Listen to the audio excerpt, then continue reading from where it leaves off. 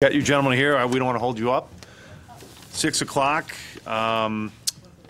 Nutmeg Solar, welcome. Sorry, but I want to make sure you have plenty of time. Oh, no problem. Because we do have a full agenda tonight. So again, I apologize for being late. Yeah. This is a continuation of our meeting downstairs. Suzanne, we don't need roll call, right? Because we already had it. We could plug Gentlemen, you have the floor. Do we have a password for the login here? Any chance? We've also got our own laptop too. That we, Excellent question. it's usually, oh, there we go. It's right here on the front. Password. You know how to work this thing? Yeah, hold on. Let me. There we go. Just /user, /user. There we go.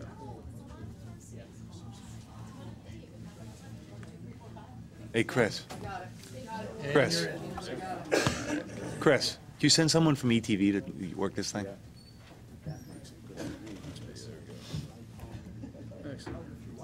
Without Donna, I don't have a.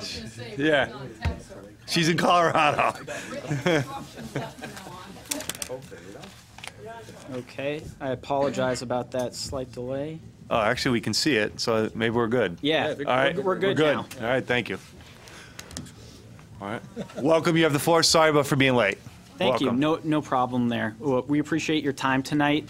My name's Matt Singer. I'm a project manager with NextEra Energy Resources, and we're here to give you an update and answer any questions related to the Nutmeg Solar project here in Enfield.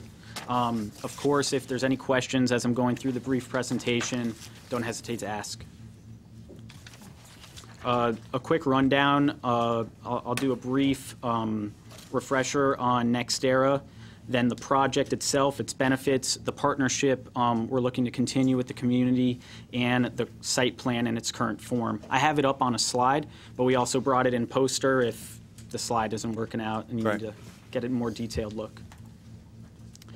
So NextEra is proudly the world's #1 generator of wind and solar energy, and with that comes a wealth of experience in developing, owning, operating, and constructing renewable facilities like the one we're proposing here. In fact, we have 30 grid-scale solar photovoltaic facilities across North America, and our presence in New England is growing. We're really excited later this week. A 20-megawatt solar project in Ludlow, Vermont, named Coolidge Solar will come online. And this project is very similar to it in many ways in terms of size and the solicitation it was selected in by DEEP back in 2016.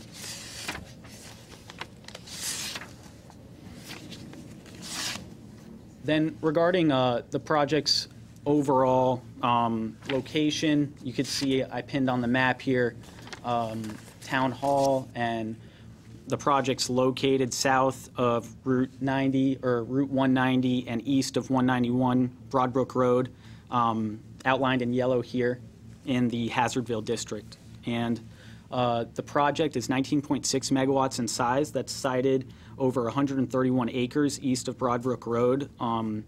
Part of that is used for tobacco fields, and part of that is mixed second growth forest. And beyond that, once the project is constructed and operational, we estimate 37,000 megawatt hours annually will be produced. And to give some context to those numbers, that's enough to power 4,300 Connecticut homes annually. So it's a significant facility, and we think that it's going to operate well with the design we've come up with, where it's oriented, all the panels are oriented directly due south at a 25-degree tilt in order to take advantage of the northern latitude. In terms of the timeline that we are contemplating, we'd like to start construction in December of 2019, so a year from now. And during that time, what we'd be proposing to do is just the tree clearing aspect of construction, and that's for, not concerns, but an abundance of caution with any tree roosting bats, and also to avoid any rutting that would occur from getting the trees out. And then we would essentially wait until the spring to do the actual earthwork and the rest of the construction to get the facility online by November of 2020. And an update from when you last saw the project team in June. A lot has happened to advance the project. We've been hard at work regarding field studies. We've completed all the environmental and engineering studies that we did through the spring and the fall of 2018. And after we did all of our environmental work, wetlands, wildlife, and herpetofauna surveys, we submitted our findings and our wildlife protection plan to the Department of Energy and Environmental Protection in July. And in August, they gave us a concurrence, concurring with our environmental site conditions report, the conditions we set on site, and also the wildlife protection plan that we put forth. So we were very proud to get that. And then regarding engineering studies, this fall we had subsurface geotechnical engineering done and pile load testing, essentially to test the piles that the panels will be mounted on.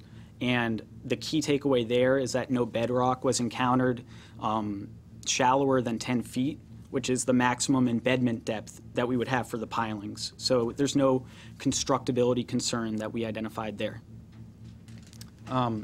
Regarding the Siting Council process, we formally filed our petition for a declaratory ruling in October. The Siting Council has been reviewing, and the town of Enfield, as you know, has party status in the proceeding. And the big thing coming up with that is the January 10th hearing right here in this room. The Siting Council has set out the schedule of 1 p.m.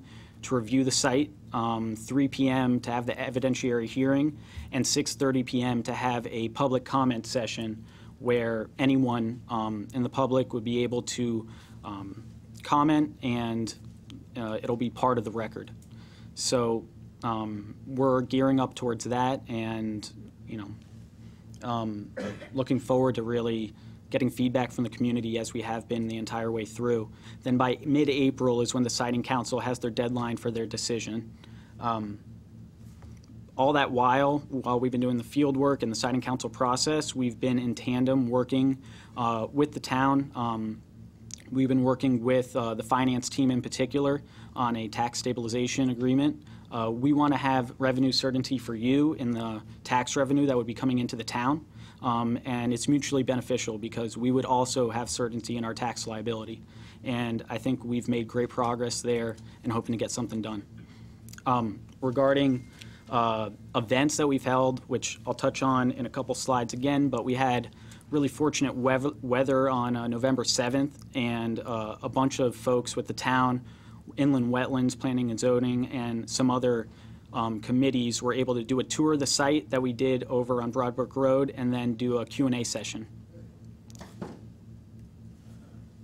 And regarding the project's benefits, I know we've presented before, so I wanted to keep this concise. With 100% clean solar energy, the project will help Connecticut towards its ambitious renewable energy and carbon reduction goals. And then for the town, it'll bring in that reliable source of tax revenue recurring on over the 30-year project life that we're looking to stabilize through the agreement. And the estimated tax revenue that we project is over $6 million in the first 20 years for schools, roads, and separately for the Hazardville Fire District itself. And the part that I'd like to highlight about that is that this type of development, solar inherently, does not require a resource strain on new roads, schools, or septic, or anything you would have associated with a subdivision coming in or an industrial park. So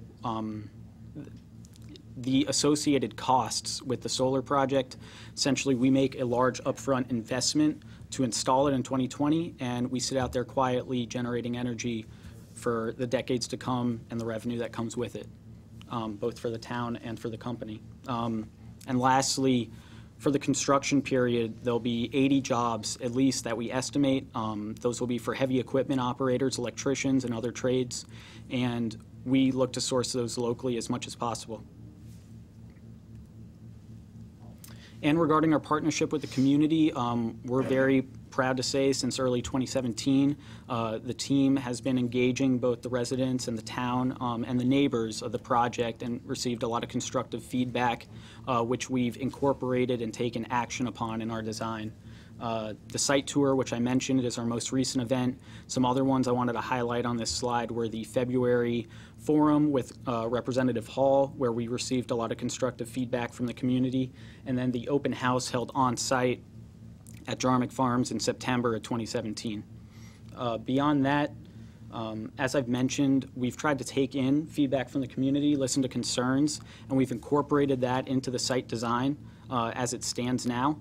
One aspect of that is agricultural fencing, fixed knot with wide mesh, which looks much different than a standard chain link fence. Going back to that Vermont project, Coolidge Solar, we just installed it there. Have some site pictures from it. Aesthetically, we think that it'll alleviate a lot of concerns there. With that, we've also come up with a vegetative screening plan for immediate neighbors to the project, which will be a 15-foot layer, buffer essentially, of plantings of various sizes that'll create some mitigation to any views of the project. The project will still be visible. I'm not promising that it won't, but it does create that mitigation. And then lastly, what I wanted to mention is that from the community feedback that we received, the project originally was on the west side of Broadbrook Road. You could see in the map on this slide the area outlined in red. And after hearing from folks and taking in concerns from the Department of Transportation as well related to the rail line, we decided to go back, try to consolidate the array, be more efficient with our design, and we were able to get it to, as you see it on this slide now, just on the east side of the road. We've compacted it and made it as efficient as we can with still achieving our energy production goals. And we believe that it's a design that's really harmonious with the landscape and the lowest impact possible. So with that, that's everything I had prepared. Would love to hear any questions you have, and thank you again for your time. Mr. Mayor, I'd just like to say we thank them for coming on short notice. Tom had come from Florida to be here today with us, and we appreciate it. I mean, clearly they're anxious to do this project. Della and John have worked very, very hard on the tax stabilization agreement. We've been updating council. They didn't have to come here this evening because they have the public hearing January 10th. But we were anxious. We had them, obviously they have some things they have to do statutorily. The January 10th meeting is one of them. This is not. The last time they came to the council wasn't required. And also they came in November so the boards and commissions could take the tour. We believe in transparency. We wanted this opportunity for all of our residents, those that are here and at home, to hear this so that if they do have questions, they will be better prepared for the January 10th meeting. What I would urge them to do, like we've been trying to do, we're trying to give more and more information. If anybody has questions, and they aren't here this evening in the audience, this isn't a question and answer period, but they at home or in the audience, please get them to my office and we'll forward them to council and to these gentlemen so that they can have answers before January 10th. Because what I found with a lot of public hearings is that we have the hearing, a lot of new issues come up, and then we don't have an opportunity to respond after that. So I really appreciate you coming this evening. I think we've made great strides towards the tax stabilization agreement this evening, which I think will help the town make a decision as to whether or not we have party status, but after our next public hearing, perhaps you want to join in if they've addressed all the concerns of the public, and I think they've been striving to, that we might join in with them at the Siting Council to give support to this program. So we're hopeful to get the tax stabilization agreement done and the tax agreement with the fire district, and then address any other concerns residents might have. Perhaps we can move forward in a united front at the Siting Council. So I thank you, gentlemen, and they are open for your questions. After this would be, or during this would be put up, what do you do with the topsoil? Or is it going to be gravel underneath there, or is it going to be grass? How do you maintain it? So the vast majority of the site will not have to require removal of any topsoil or for excavation because the piles are directly embedded into the ground. There's 3.7 acres of area we've identified for equipment pads for the site road and for the collector substation, where the excavation of topsoil of farmland soils would take place. And we have a farmland soil mitigation plan that we've submitted as part of the Siting Council, and which we plan to implement. And actually, it's obviously not just me here tonight. There's other members of the team, and one of them is Kate Nickerson from Tetra Tech, our lead environmental consultant, and I think she might be able to say some details on that farmland soil mitigation plan.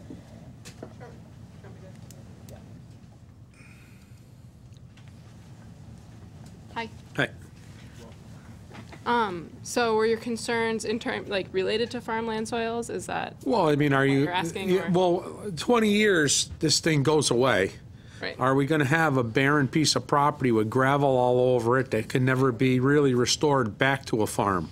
So I guess that's my biggest concern is what's going to happen with it 20 years ago from now if you pull all topsoil off. And because I seen some that were just gravel underneath there, all stone. So Okay, so as Matt was explaining, most of the site, the soil will remain as is. So once, you know, the forested areas that need to be cleared will be cleared, and a meadow habitat will be planted underneath the panels. So that will all remain. The small area that he was talking about where equipment pads and gravel access roads will occur, part of the soil mitigation plan is we will remove, well, first of all, we will have you know, soils expert on site during construction and to evaluate the quality of the soil. If it's determined to be farmland soils, that soil will be excavated and removed and broadcast in discrete areas and planted with grass. And at the end of the life of the project, when the roads can be removed, that soil that's been sort of stockpiled in kind of a more productive way than just a pile can be used again. oh, so the topsoil is not going to leave the site. Correct. Okay, thank you. Thanks, Kate. I was out at the site, I don't know if it was 2 years ago. It was in the summertime, or maybe it was September.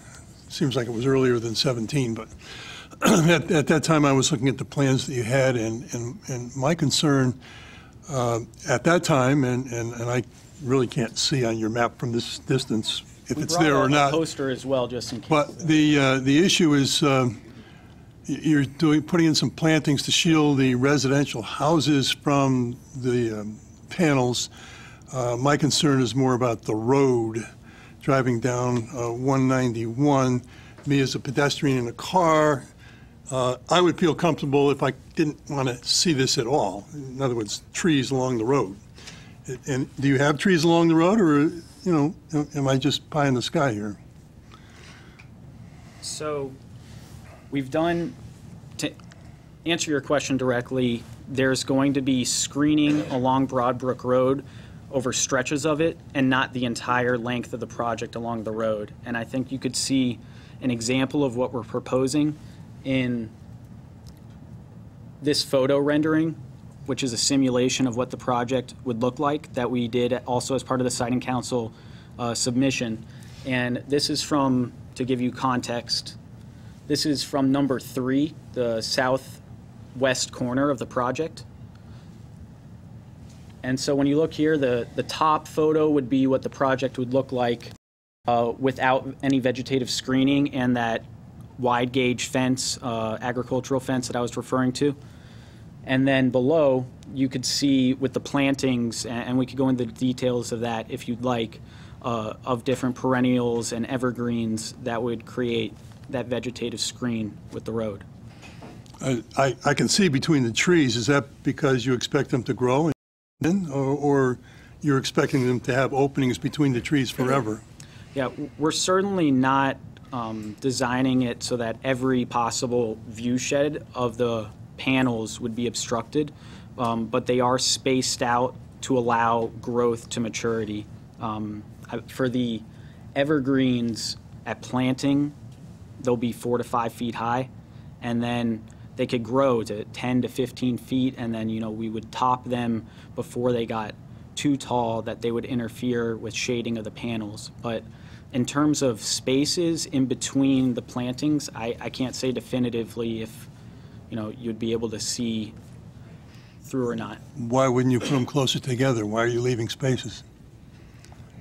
The spaces are ultimately part of a cost decision of we could double, triple the amount of vegetation and have no spacing in between, or we can spread it out over a wider area.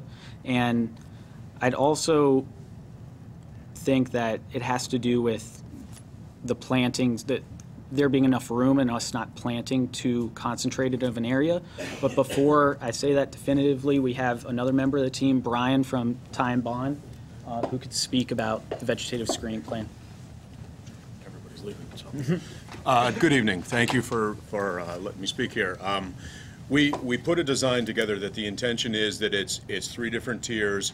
It is, as Matt indicated, approximately 15 feet deep, and the idea is that the taller plantings are going to be closer to the fence, and then they'd stagger as you go away. We're alternating several different species within those planting arrangements to provide, I would say, as much of an aesthetic, attractive planting plan as opposed to simply a row of arborvitaes or something like that to provide full screening.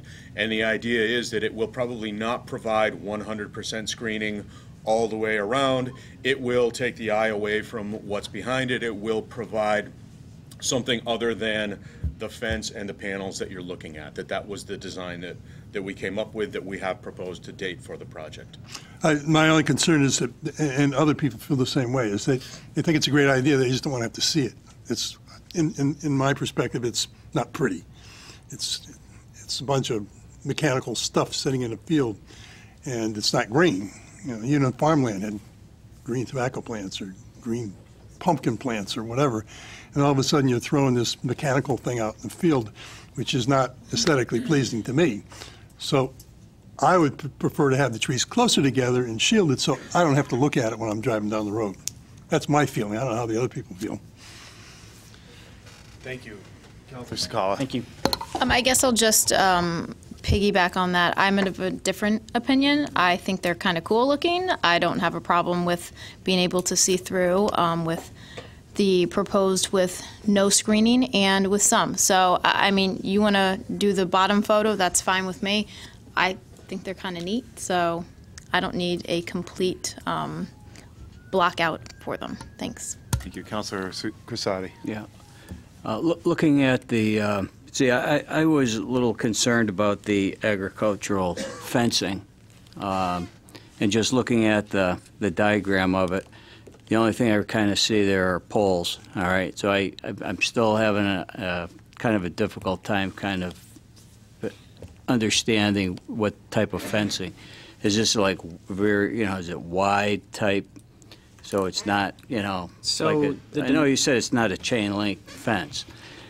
The thing that I liked and what you did notice was that arborvitaes grow very quick. They could go up to, a couple feet a year, okay? And as long as you're going to have some sort of plan in place that you're going to keep these trees nice and trim so that they don't become overgrown, which is going to prevent shading, which is going to, hinder the whole idea of having the solar panels up there. So you'll have a team that will keep this uptake of the different levels of vegetation on a yearly basis. Yes, our operations team has a plan to do 2 annual mowings, and at the time that they do those mowings, they would also do any tree trimming required for the vegetative buffer. And then to answer your first question regarding the agricultural fence, All right. what we have proposed, it's about 10-foot spacing between the poles for the vendor we're looking at right now, and the mesh diameter is 6 inches vertical and 4 to 6 inches horizontally.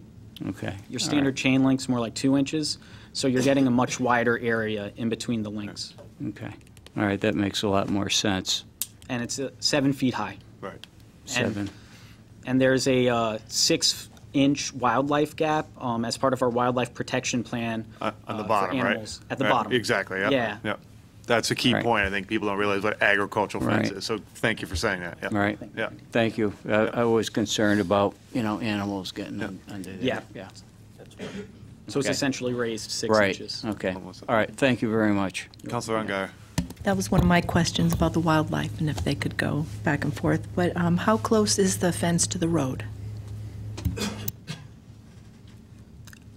I'd hesitate to give you an exact feet right now. I'd like to follow up with you to say on our plans the distance from fence to road, unless Just an approximate. We're maintaining the required setbacks from the street, but I don't recall exactly what that distance is.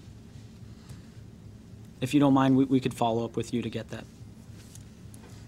Just curious, so, and this is, sorry if this is a dumb question, but with the way the panels will be stationed, assuming there's flexibility of moving them or positioning them based on season, correct? I know you said they're going to be positioned in a certain, but assuming, as we go through winter and you would be able to move those to still capture Well, actually, whatever sun is out there? Sorry, go ahead.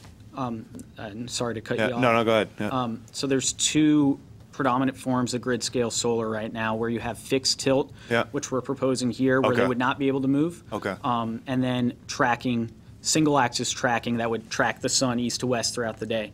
The fixed tilt is more predominant in New England and what we're proposing here, because snow loading, first of all, so at the 25-degree tilt, they'll be able to shed more accurately. And then the solar resource isn't as good, obviously, in New England as it is, say, in Georgia. Right.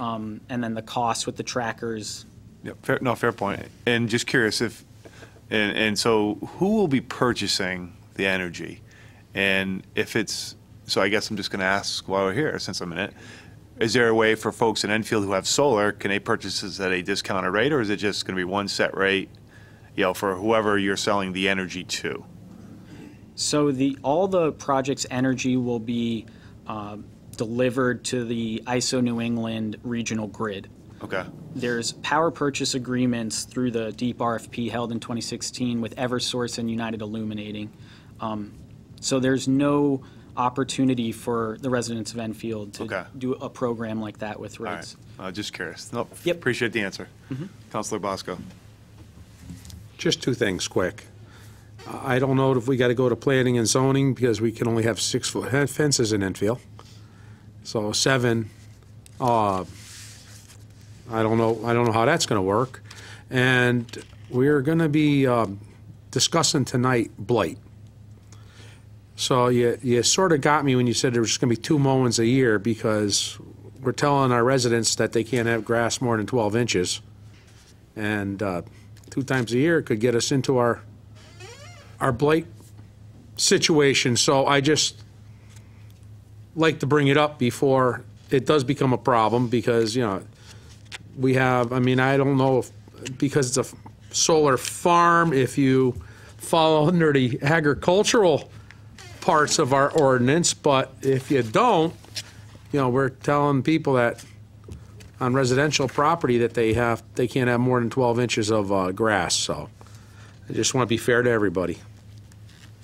Understood. And the 2 mowings per year is what we have planned now, but that's a flexible plan.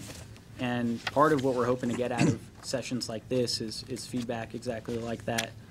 I would note, in another slide we have here, I wanted to provide a few examples of what vegetation is like at sites that we're operating, maintaining now. You'll see on the top picture, Marshall Solar, which is in Minnesota, and that has a similar proposed native meadow seed mix. And I would say, as you could see there with the picture, particularly on your right, it's not like someone's yard overgrown, it's more of a meadow habitat. Myself, once you're in that fence, I don't really care, but I'm more worried about what's on the road. If you're going to maintain that a little bit better than what's in the fence. The fence is the fence, and, but I would hope by the road we would maintain it properly so it doesn't look bad. Any other questions? Councilor Davis? I don't really have a question. I just want to personally say thank you. And as I said a few months ago when you guys were here, all I hear from the residents is when is the groundbreak, and they want to see it. This is bringing, clear green energy, something we need. I have solar going on my house next month. I think it's great. A lot of people do. And it's showing that by you guys coming here, Enfield, we're moving forward. I do see it in other states, other towns when I'm driving, and I don't think it's an eyesore. I'm like, well, how come we don't have that? How come we don't have it? Is what goes through my head when I see it. So thank you for all that you're doing, and thankful that you're bringing it to our town. Thank you. Councilor Crisati. Yeah. I myself, like when this project came up in 2017, and the first proposal, that came through and all the plans and everything, I thought it was a very, very good idea. I think the project is going to be something that's really going to be good for the town, but more importantly, that if we're going to have a nice a project like this, I would like it to have it be well maintained, so that when you are driving through it, I don't want anybody coming through and say, geez, it's not well maintained, the grass isn't mowed, the bushes aren't trimmed. You know, I just would like that to be if it's going to be a first-class operation, keep it that way. Absolutely. Councilor Denny. I'm sorry. Yeah, well, I think it's a win-win situation. We have no infrastructure to worry about, no fire departments, no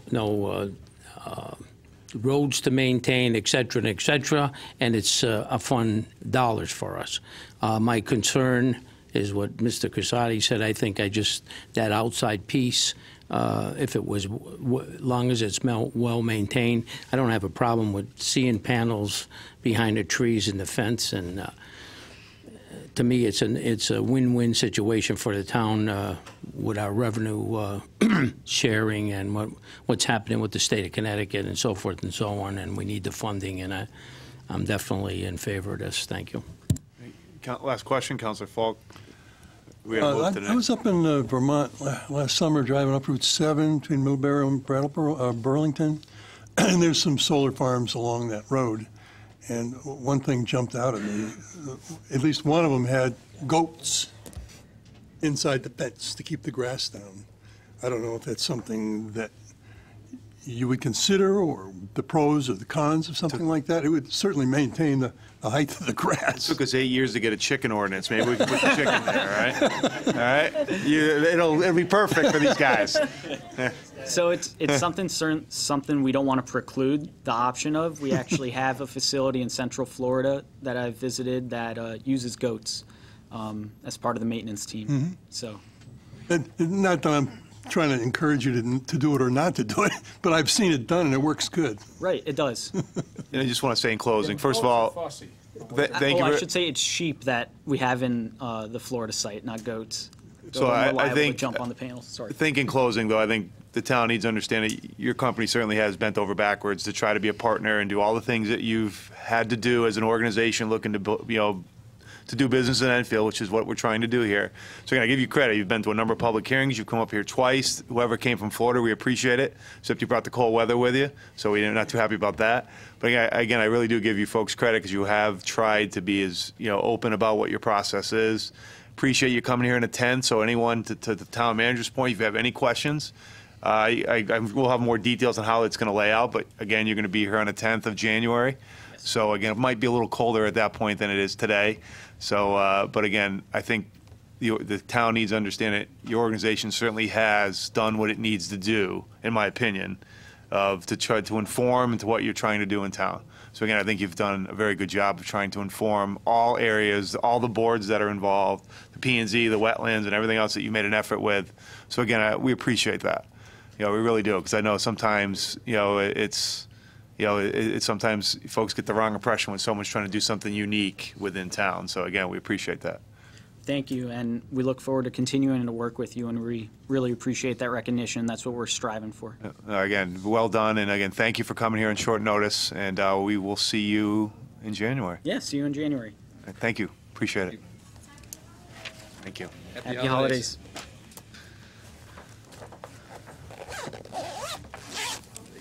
Sure, yeah.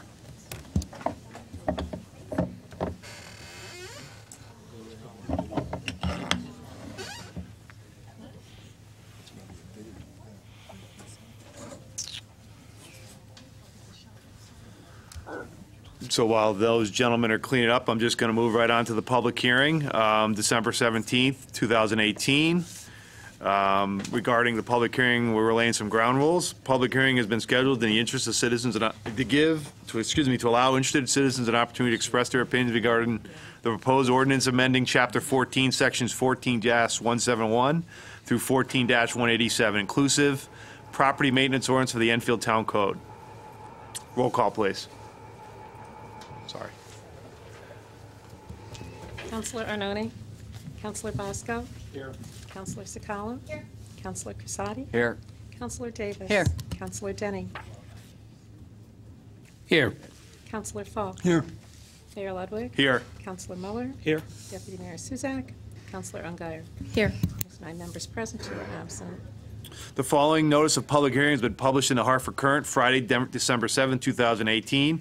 Town of Enfield legal notice. The Enfield Town Council will hold a public hearing in the Enfield Town Hall, Council Chambers, 820 Enfield Street, Enfield, Connecticut, on Monday, December 17, 2018, at 6:30 p.m. to allow interested citizens an opportunity to express their opinions regarding the proposed ordinance amending Chapter 14, Sections 14-171 through 14-187, inclusive property maintenance ordinance of the Enfield Town Code. Copies of the ordinance have been available for public inspection in the office of the town clerk, 820 Enfield Street, Enfield, Connecticut, Monday through Friday, 9 a.m. to 5 p.m., or at the website of www.enfield-ct.gov. The ground rules for the public hearing, again, submitted by Suzanne Olnicki on December 3rd, 2018. The ground rules, there is no time limit, but I ask each person not to take up too much time so everyone has an opportunity to speak. After each person who desires has one chance to speak, we shall permit those individuals who desire a second chance. After those individuals who speak a second time, we shall permit those individuals the desire to speak a third, fourth, etc. Please refrain from personalities. Again, was published in the Hartford Courant. And so if folks want to speak on this is specific to this ordinance, this isn't the regular meeting. So again, anyone interested in speaking on the car ordinance, or excuse me, property maintenance ordinance? Anyone looking to speak on this public hearing? Sir.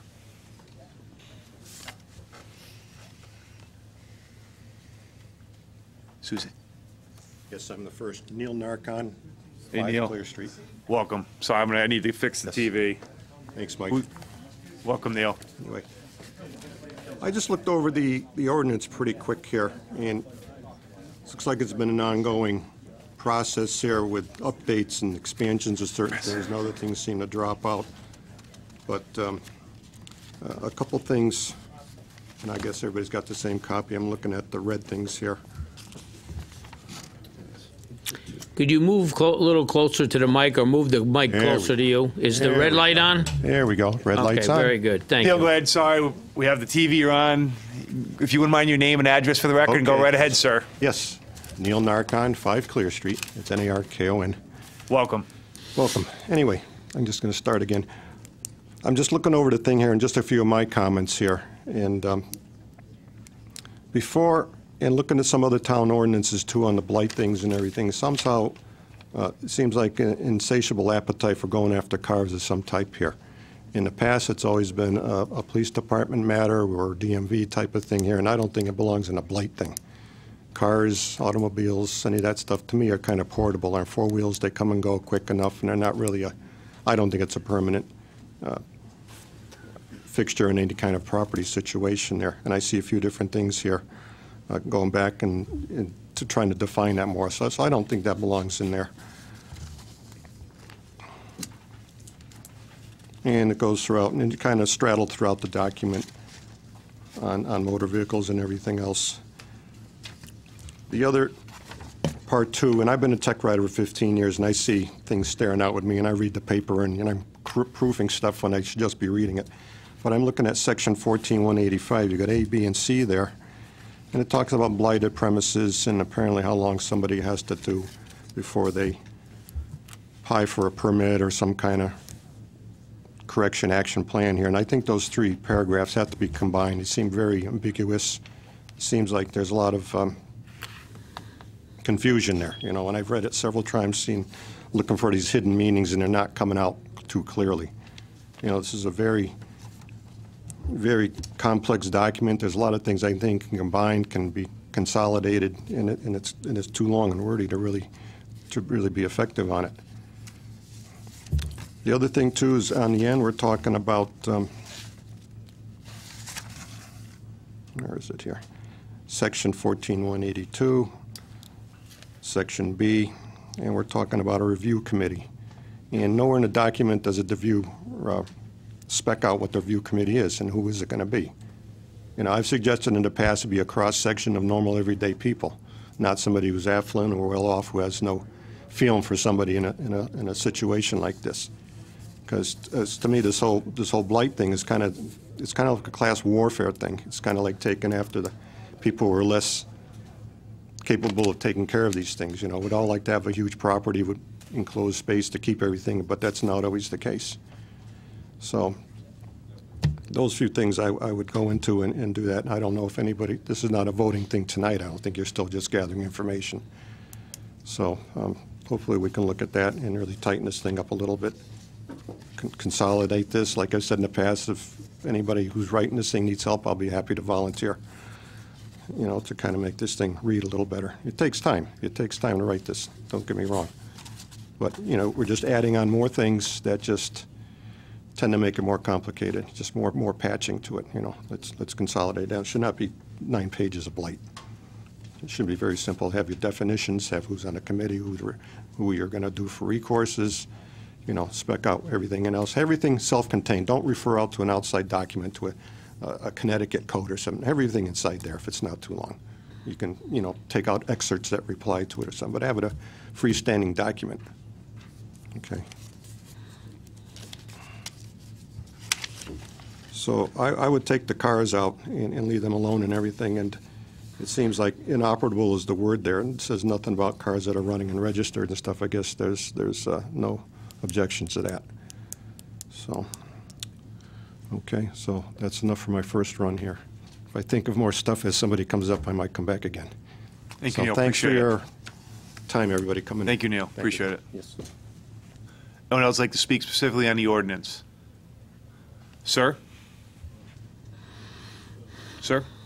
Yeah, I'd like to speak. Sure. Come right ahead.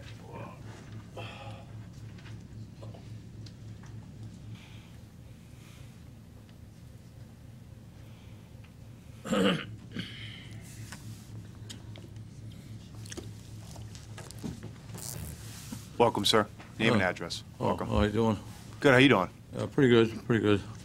Well, the reason I'm here is because I got a letter about a fine. Like, I'm not sure what it's up to now, but it might be close to $8,000 or something.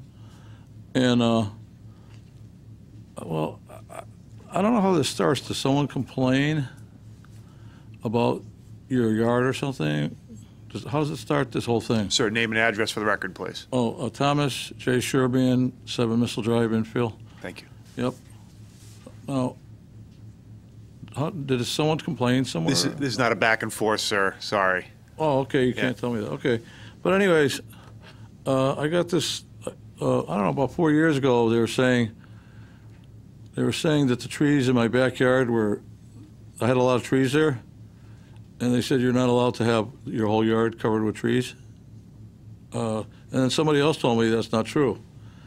So anyways, I had a couple lawnmowers out in front and, you know, some, you know, different tools out there and stuff. And I didn't know you couldn't really put tools in your front yard and stuff in lawnmowers. So anyways, I moved a lot of stuff.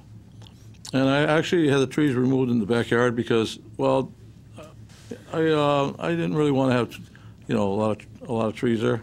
So the trees were all removed. I had 2 guys come there with, one guy with a bobcat. He tore a lot of them out.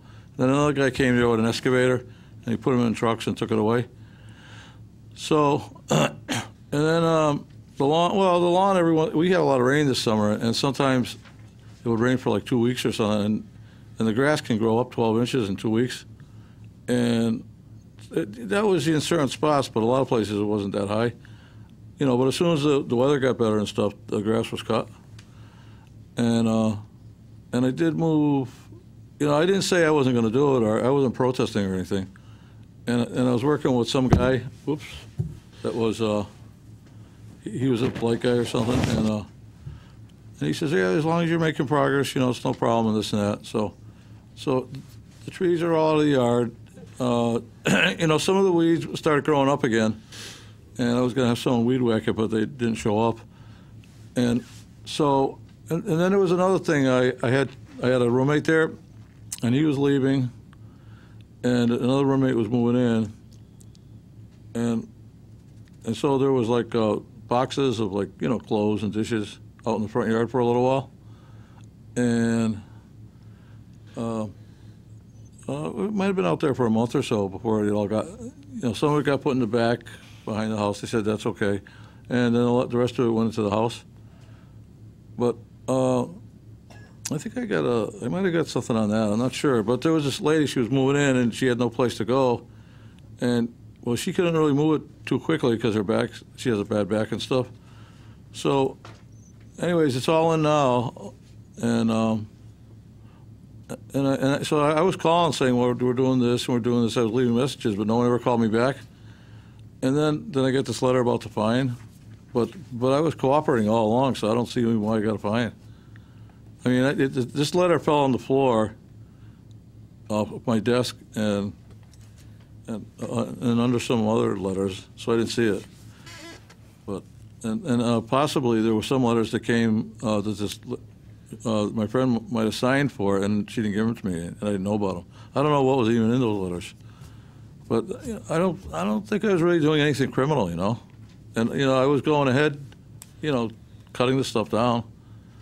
So that's what I like to say. So I am trying to get all the paperwork on this whole thing just to see how it goes, you know. I just like to know.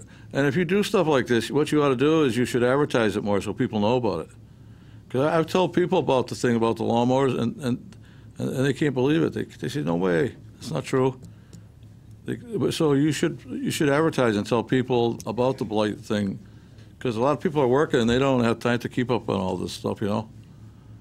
I don't know if you'll do that or not, but I'm not sure what's going to happen with this thing, but you know, but it's not like I said, oh no, I'm not going to do it.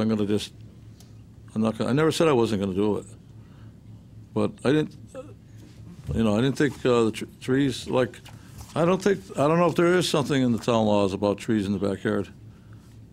Do you know? I don't know. Do any of you guys know that, or? We can't answer it right now. Oh, you can't answer that Yeah. question? Okay. We may have some information as we get to the debate on, but right now, unfortunately, Yeah. it's no back. It's a public hearing. Oh, it's just a hearing. Yeah. Yeah, I never been to one of these before. So. Oh, no worries. Yep. Yeah, Yep. okay. All right, so I guess go sit down again. Yep. Thank you, sir. Appreciate it. Sure, yeah. Thank you. Yep.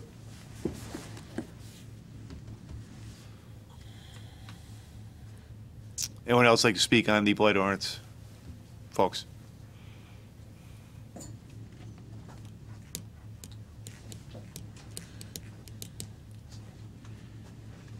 Welcome, guys. Good evening, everybody. Thank you for allowing us to come and speak to everybody tonight. My name is Matthew Patient. This is my wife, Barbara. We live at 12 O'Hare Avenue, just on the other side of the Route 5. Some of you have heard from us. Some of you have heard from us. I can't even begin to say how thrilled we were that the blight ordinance was going to be reworked. We have been dealing with a situation at our house for quite some time now and not getting any results because of the old ordinance. So just briefly looking at the new ordinance, me and my wife, we were noticing We just had some questions on it. Well, for some some clarification. some things that aren't in the blight ordinance that we thought might have been. In section, what is this? Hold on. The section where it says inoperable motor vehicles, and it defines the motor vehicle. How many vehicles are allowed to be inoperable? 1, 3? It doesn't really specify. And we'd like to know that if the vehicle is in a fenced-in area, Does that count? a fence that's designed specifically to hide from public view, but not from neighbor view, how is that handled? Also, there's a section in here about missing or boarded windows. Does that include windows that have been tinted red to annoy neighbors as well? I have pictures too, if anybody wants to see. Yeah, I mean, we know this isn't a debate. It's just kind of like a statement type thing. So we're going to stick around for the debate portion. You're welcome.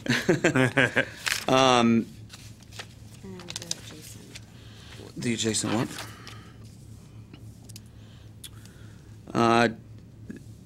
over here it says open area means any area that's visible from public way or adjacent properties. Adjacent, I'd like to know if the adjacent means neighboring, like my neighbor directly next to me. Or is it just from the street? Or is it just from the street like the old ordinance had stated? And if it is from street view, is a fence that is put up, specifically designed to block it from street view, is that allowed?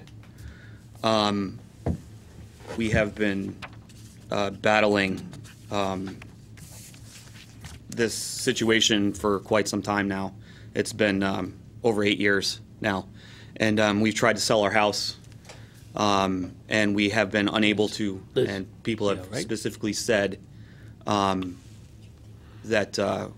because of our house was worth what we were asking for it, but because of my neighbor's state of his property, they were not willing to purchase our house. We really like Enfield. We like to stay in Enfield. Our children go to school here. They're doing very well. And we just like to see, I think, a little bit more specific as to what the actual, what's allowed and what isn't allowed, because it seems that our neighbor is circumventing the rules. So, and we'll stick around for the debate portion. Thank you. Thank you very much. Thank you very much. Thank you. Appreciate it. Anyone else like to speak specifically on the ordinance? For the second time? Neil?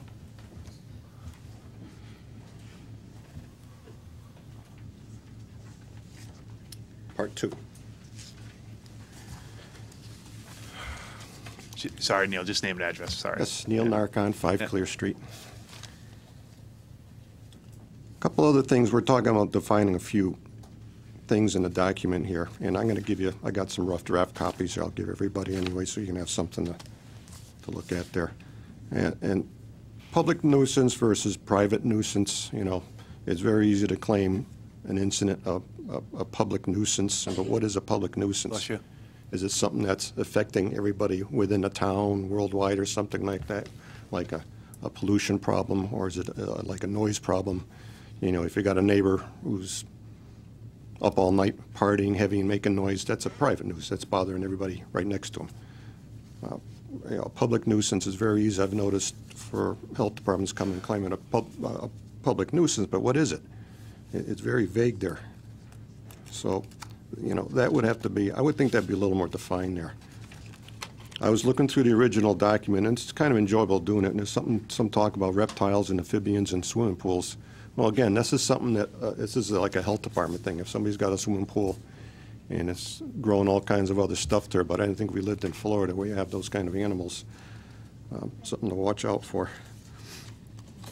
But, and I discussed the review board should be concerned, have average Joe taxpayers who are not employees of the town, not be an average attorney, doctor, or anybody who's in affluent status, so they can have a fair shake at the process there. Okay. But more importantly, on top of it, this is, you know, I've seen some people come in here and they're trying to use this thing or get in specific amendments so they can go after somebody next door. Somebody can go after somebody at a rental property here. I've seen a few cases going back and forth on that, and I don't think that's what this should be. That should be a one-by-one case basis there, and this can be like a generic thing for the whole town there. You know, don't use it to harass somebody. Don't use it to go after somebody for financial gain or enjoyment or revenge or whatever. That's not what this thing's about. Okay. Thank you again. Thank you, Neil. Appreciate it. Anyone else like to speak? Lori.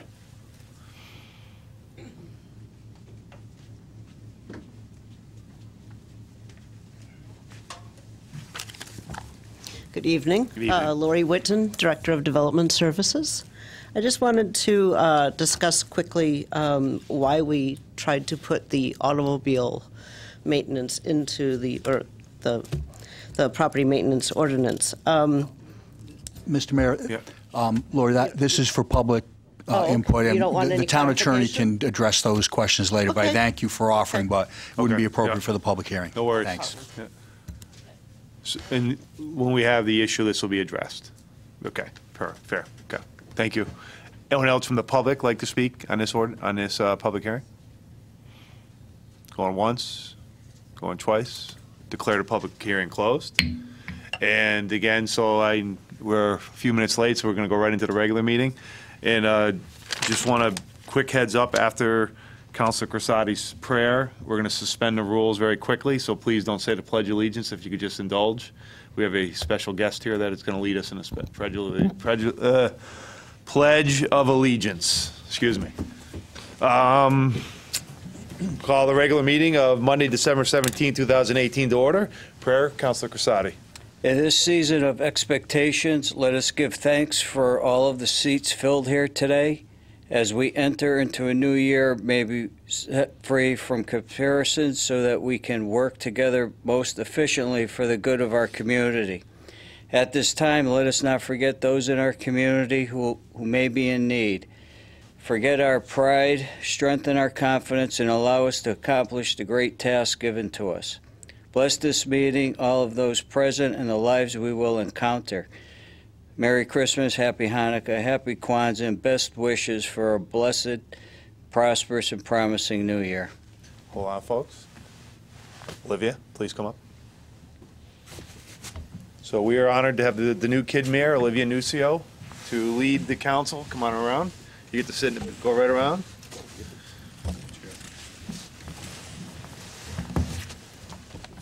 And you are going to lead us in the Pledge of Allegiance. And then, folks, this is Olivia Nucio, our kid mayor. So turn and go ahead, Olivia. I pledge allegiance to the flag of the United States of America and to the republic for which it stands, one nation, under God, indivisible, with liberty and justice for all. Olivia, right here. You get to sit in a big chair. You get to hit the gavel. So when you hit the gavel, say roll call Susan. Okay, so here, let me move this right here. Okay, you got the... You hit the gavel and then say, roll call, please, Susan. Roll call, please, Susan. Counselor Crissati. I'm here. Counselor Davis. Here. Counselor Denny. Here. Counselor Falk. Here. Mayor Ludwig. Here. Counselor Muller. Here. Deputy Mayor Suzak. Counselor Ungary. Here. Counselor Arnone. Here. Counselor Bosco. Here. Counselor Sakala. Here. There's 10 members present, one is absent. So if we Thank can just you, stand real Olivia. quick. Again, we invited both kid mayors. Jalen Elseem, our first kid mayor, could not make it, and hopefully at some point we'll be able to do the same thing for her because she was our first kid mayor. But I want to thank the council for having a little flexibility. And again, we just want the town to know that we support our children in this town, and Olivia is our new kid mayor. Round of applause for her, everyone.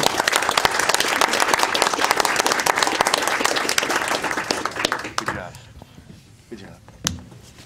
I have to say, she's much cuter, Mr. Mayor. Well, we already know she's smarter than I am, so I mean. So again, thank you for the council for having a little flexibility. Now back to the regular meeting. Item number 4, fire evacuation announcement. In case of fire, please, we have doors in the back. Please orderly go to the left or to the right. Or we have doors to our left, your right. Go out those doors, down the first doors to your left, down the stairs and out to the parking lot to safety. Item number 5, minutes of preceding meetings. Special meeting of December 3rd, 2018. Do I have a motion to approve the So meetings? By Councilor Falk, seconded by Councilor Arnone. Any discussion on the motion? Hearing none by show of hands, all those in favor? Opposed, any abstentions? We have 10 in favor, 0 against. Regular meeting December 3rd, 2018. Do I have a motion to approve? By Councilor Denny, seconded by Councilor Crissati. Any discussion on the motion? Hearing none by show of hands, all those in favor? Opposed? We have 10 in favor, and no abstentions, 0 abstentions. Special guest, we have on item number 6, Mr. Patrick McMahon. Sorry if I say it wrong. And I would ask at this point for Lori Whitten to please come up and join him. Now, Lori, now is the time. Now you're welcome to come up. Connecticut, Main Street. Mr. Mayor, I'll just give a quick intro. We've been working and actually previous councils and the Economic Development Commission towards a TIF agreement. And that's something that Windsor Locks has done as part of their Main Street in connection with development of the Montgomery property and a train station. We're looking at it for Thompsonville and other areas in the future. Lori Whitten made it a priority when she came on as our director to make this a focus because we hadn't done it. And now that we have perhaps the square, we'll keep our fingers crossed, has been sold to somebody who wants to do something with it. We had inquiries about, do you have a TIF? And normally the TIFs are connected with the developer, but it's important we get the ball rolling. So there had been a lot of work done on it. Lori is bringing it to fruition. In her expertise, she realized we did need somebody. Mr. McMahon, she'll explain, but he was integrally involved in the Windsor Locks model. He is at the forefront of this in Connecticut, so we thought it would be very appropriate to hire him as a consultant. That's on the agenda later. He has a time frame and a plan to get this moving forward, so I think it's a very significant accomplishment, so we wanted him to come in to talk to you and give you his vision, his assessment. I will let you know we thought it was important to go to our Economic Development Commission first. He did that on the 12th. He was very well received. I think there's a lot of enthusiasm for this, and I think it's another key sign that Enfield's moving forward, that we want to be prepared to address and welcome developers that come into the town, and this is an integral part of it. So I leave it to Lori and to Patrick to take it from there. Welcome to you both. You have the floor. Thank you, Mayor. Thank you, members of the council and Town Manager Brobson. So again, I'm Patrick McMahon. I'm the CEO of the Connecticut Main Street Center.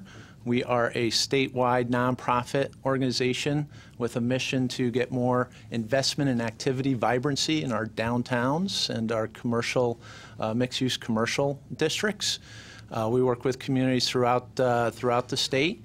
Prior to my taking over as CEO a year ago, I worked full-time for your neighbors across the river, the town of Suffield, and I also moonlit for the town of Windsor Locks.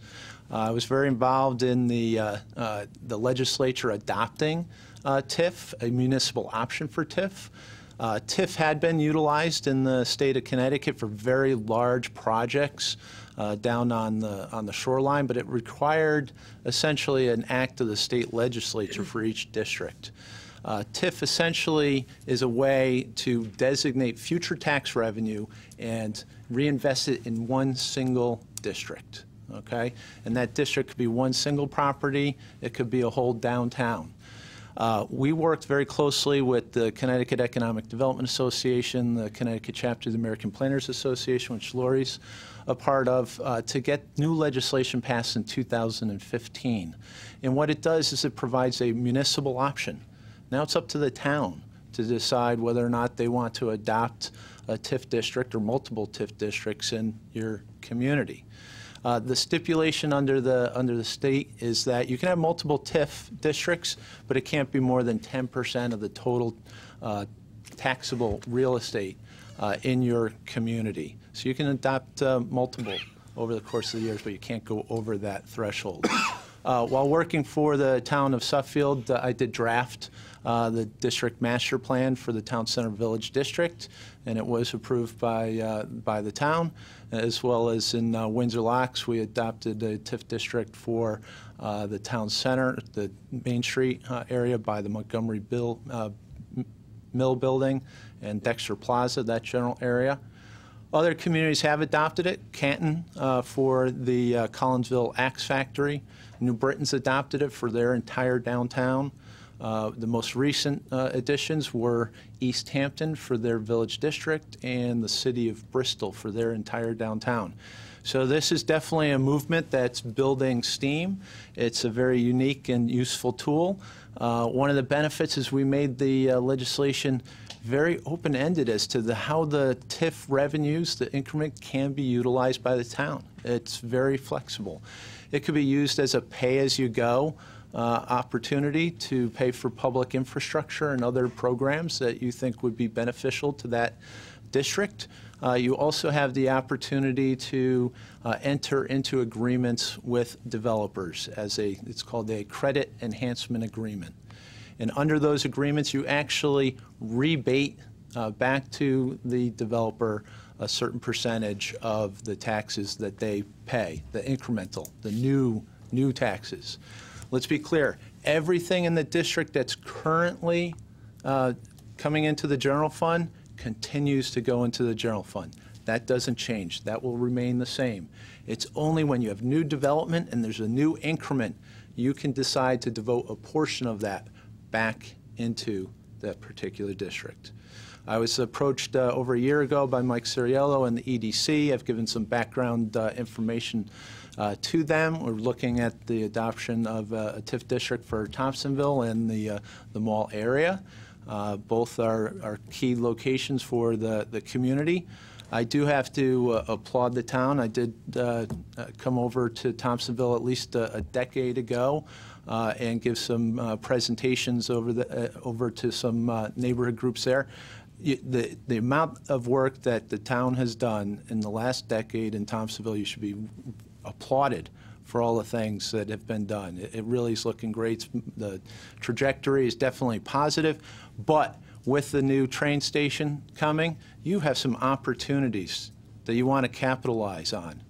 And TIF would be one of the potential tools. And I say one of the potential tools. This is not the end-all and be-all. You need to utilize this tool in conjunction with other potential economic development tools. So with that, I believe we could work through a process. The process essentially to adopt a TIF is to draft a master plan for the area that you've determined what the boundaries are going to be. From there, you have to send that master plan to the Planning and Zoning Commission for a written advisory opinion. They basically have to review the plan and say yes or no as to whether or not it complies with the Plan of Conservation and Development. Is it compatible with the Plan of Conservation and Development? They will return a written report to the council. The council has to hold at least one public hearing, and then it can be adopted by the legislative body, you, but it cannot be adopted until 90 days after the Planning and Zoning Commission has had the opportunity to review the plan. So as soon as you submit it to the Planning and Zoning Commission, the 90-day clock starts to tick. After the 90 days have been completed, that's when you potentially could adopt the TIF. So that's a scenario. I do have a sort of a draft schedule here if you'd like to see it. Otherwise, I'll pass it to Lori. Is there anything you want to add at this point? I guess the one thing that I would say is we don't want to lose momentum with Thompsonville, but we were all discussing this, and we think that the mall is more likely to come up and need the TIF quicker than the Thompsonville area. So we're going to try to focus on that, but we're definitely going to maintain the Thompsonville TIF as well. So we're going to kind of combine them together. It can be combined into one single TIF district that incorporates both the mall and over to the whole Thompsonville neighborhood. So the timeline you have, sorry, curious. Between now and the end of June. If folks, I don't know if anyone's seen it here, so maybe. That would be the end of our fiscal year. Yeah. Thank you. And he already did this before he was technically hired. So I think that's a good sign, and we thank him for that. What I like about Patrick is he has experience. He's a subject matter expert in this. Also, he has familiarity, as you can see, going back 10 years with Thompsonville. So I think he's a perfect fit. We asked him to look at some of these timelines because we wanted to be aggressive. And again, I give kudos previously to the economic development. Mike Ciriello was starting to do this, so there had been work done. So I think we're farther along than many places. So now it's just a matter of bringing it to closure. Sorry. So assuming we can get a green light this evening, we would draft the TIF master plan as well as a TIF policy. And what is a TIF policy? The TIF policy is the fact that you can have multiple TIF districts. Right. You want to have an overarching policy that says what would be the process for any future TIF districts that would be adopted by the community. It also gives some background into what sort of criteria you would be looking at when you are entering into a credit enhancement agreement with a private developer. And when we talk about any kind of an incentive to a private developer, they would have to come in and demonstrate to the community but for the but-for argument that they would not be able to pursue this project without this TIF incentive. So that's really important for everyone to understand that. And you, as the town council, make the determination whether they meet that threshold or not before you provide that incentive, okay? So district master plan and the policy, the goal is to get this to the EDC by their January 23rd meeting, a draft for their review. We'll have some back and forth in that time. We've already met up with the assessor to sort of, the assessor essentially has to go through and assert to the original assessed value of all the properties that are within the district today. And they can do that by just entering certain parameters into their system and be able to generate that report. Once we have the district master plan, we would come back to you. We would present the draft. We'd ask if it's amenable to you at that time to refer it to the Planning and Zoning Commission to start the clock turning. We would go to the Planning and Zoning Commission for a presentation on February 7th. It doesn't mean that they would do an advisory opinion that evening. It'll be probably the first opportunity for them to really get their arms around what TIF is. So we'll give them a TIF 101, and from there they'll have a period of time to provide the town council a written advisory opinion. So the next step would be a public hearing. At least one public hearing, you have to post at least 10 days prior to that public hearing in order to be valid. I believe based on tonight, you generally have them before your council meeting, so sometime in March, maybe your first or third week meeting in March would be a public hearing. We would then take whatever feedback we've received from Planning and Zoning, from you, from members of the public, tweak the final plan, and bring it back to you after May 6th.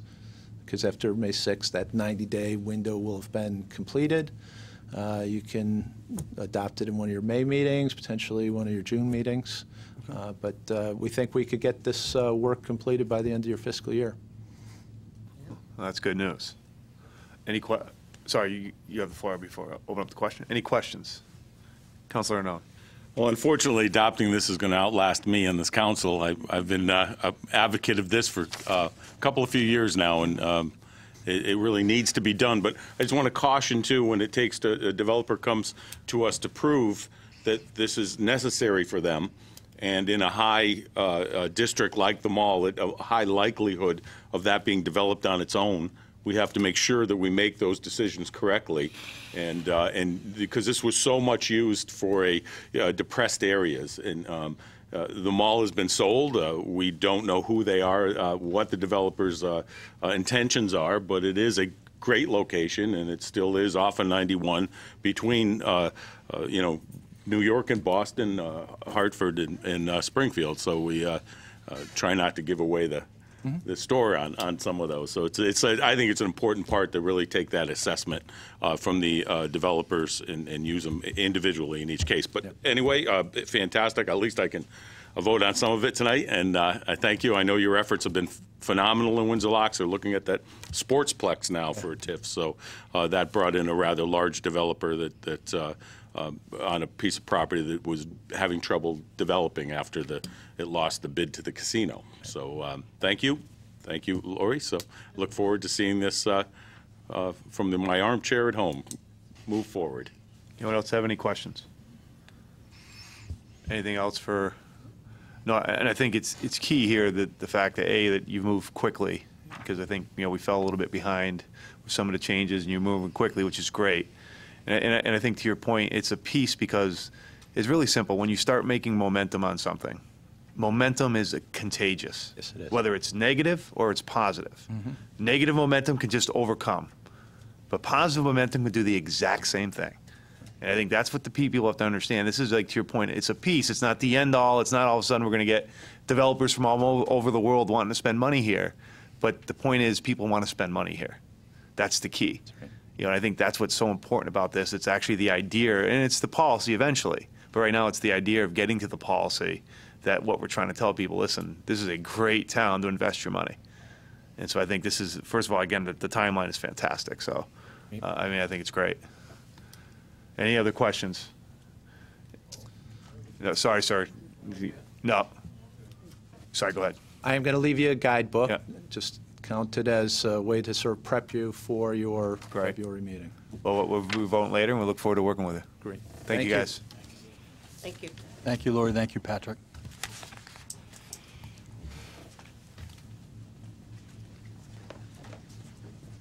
Moving on to item 7, public communications. Again, this is a general meeting, so you can speak on not just the ordinance, but anything you feel. Anyone like to speak for the council?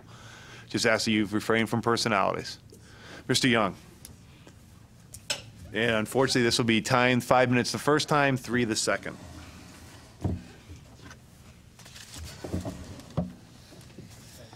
Stuff you won't count that time. I guess. Well, we're gonna reduce it for you, George.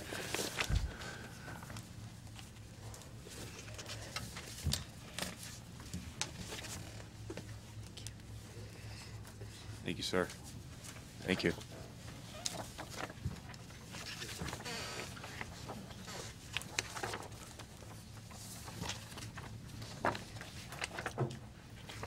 You got just an extra. We got a lot of information here. You got 5 minutes. Think you can jam it all in? I don't need it all. All right.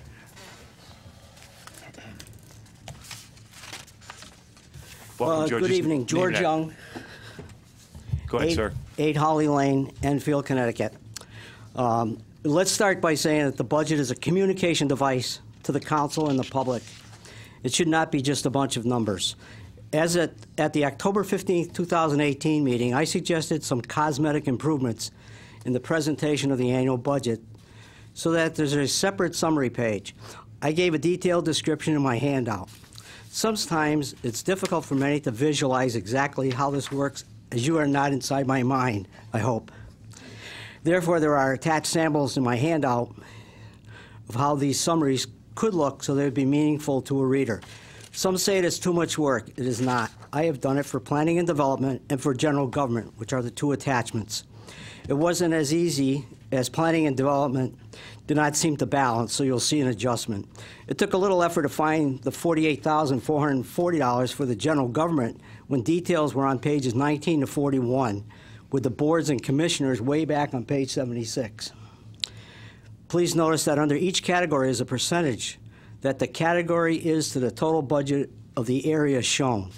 Some percentages may shock you. I would be happy to review these 2 summaries with the town manager, the mayor, and any council member after tonight's meeting. The summaries raise too many questions to go into here, but there are a few we can talk about briefly.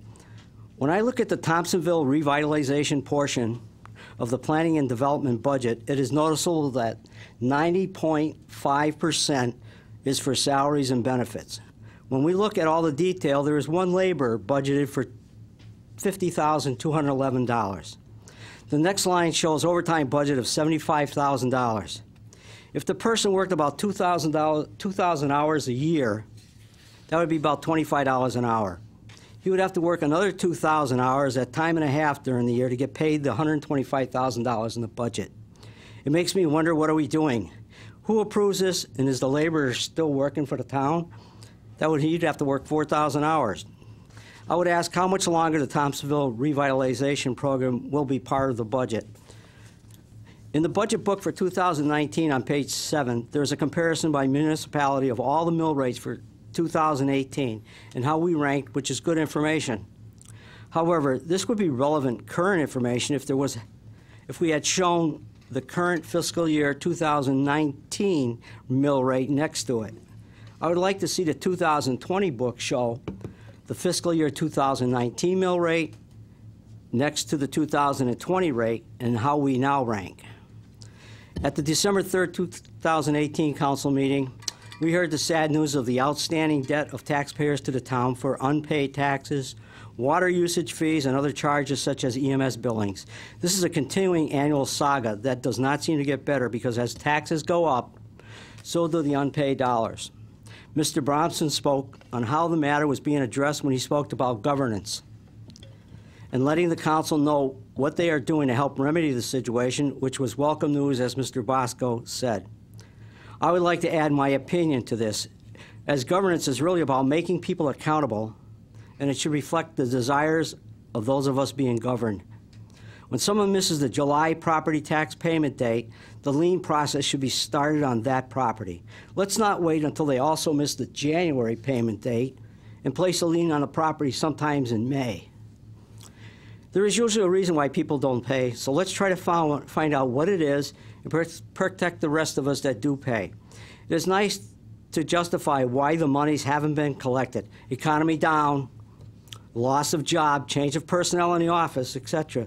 That doesn't solve the problem, but personal contact could. I'll stop for now. You have a minute left. I'm going to save it for the next. All right, you got it. Thanks. Thank you, sir. You did good. Hey, I'm getting better. Pretty quick. Anyone else like to speak for the council at this time? Marie.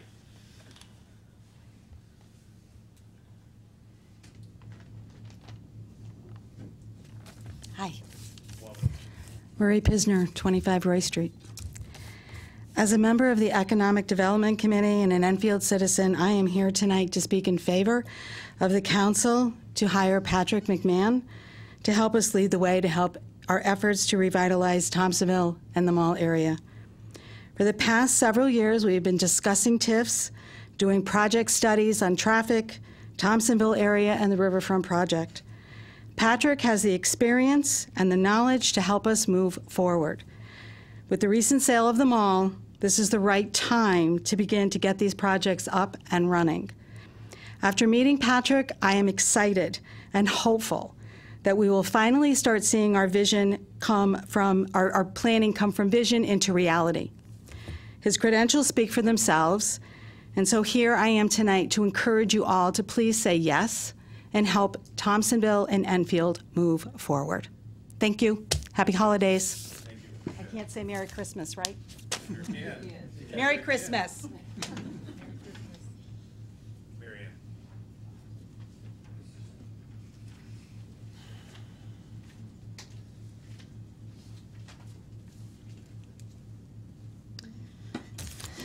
Mary Ann Turner, 7 Meadow Road. Merry Christmas first. You all look very festive up there on this end. We get your little buttons.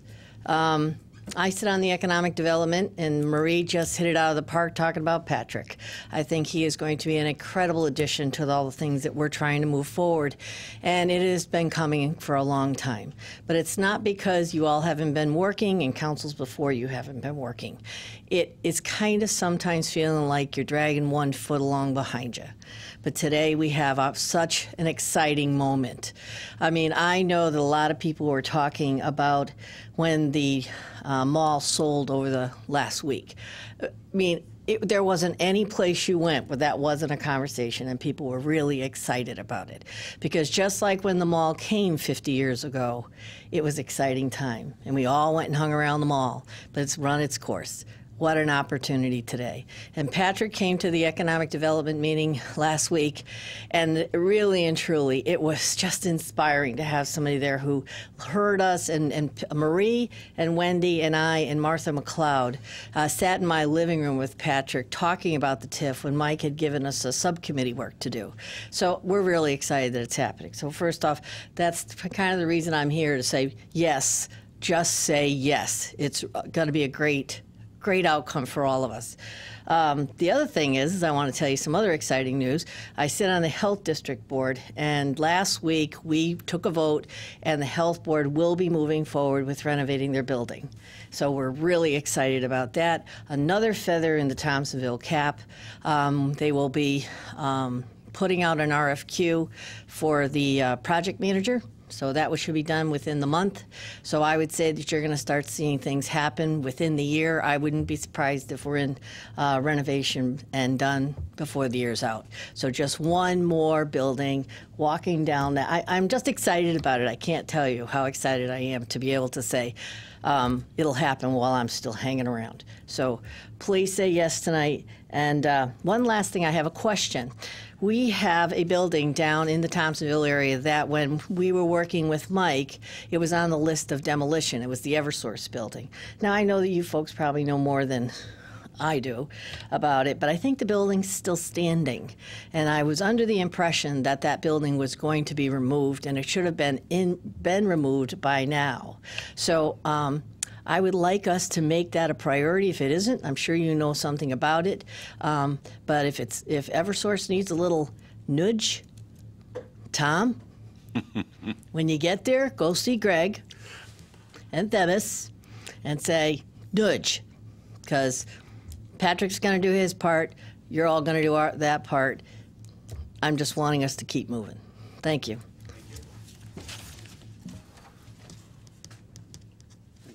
Anyone else like to speak for the council? Lucian.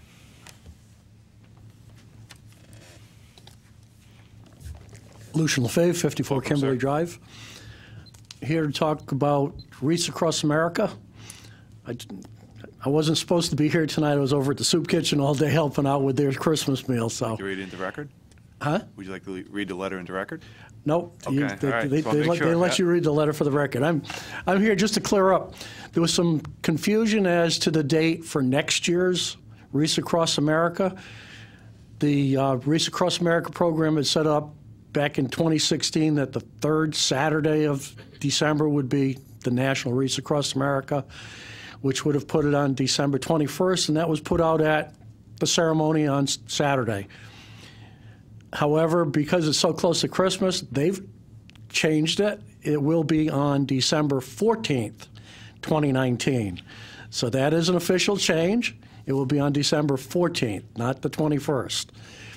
And I'm just going to take the liberty to thank, and I know Lori and Pam want to thank everybody involved, the support from the town and the support from the community for the three parts of that Wreaths Across America program. The convoy was phenomenal. The program at the school was outstanding. The ceremony at the cemetery went well, and I was down at the other end after the ceremony for all the volunteers to come and place wreaths on the grave, and I got a new nickname. It was either Glow Stick Man or Neon Man because I had the bright orange shirt on for them to be able to find me.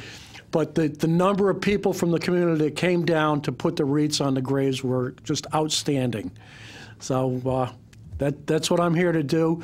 Basically, the big thing was to clear up the date for next year, and Pam and Lori do have plenty of time to, fix that change, and they're going to leave the official reading up to you, Mike. All right, no problem. Okay, thank you. Thank you, sir. Oh, before I leave, I got time. You sure do. I'm just going to put out a save the date. February 10th is going to be Post 154's Four Chaplains Mass for 2019. We do an annual Four Chaplains Mass at St. Pat's Church at the 10:45 Mass. And after the Mass, the public is invited down for a luncheon that is put on by Post 154. Thank you. Thank you, sir. Appreciate it. Anyone else like to speak for the council? Walter.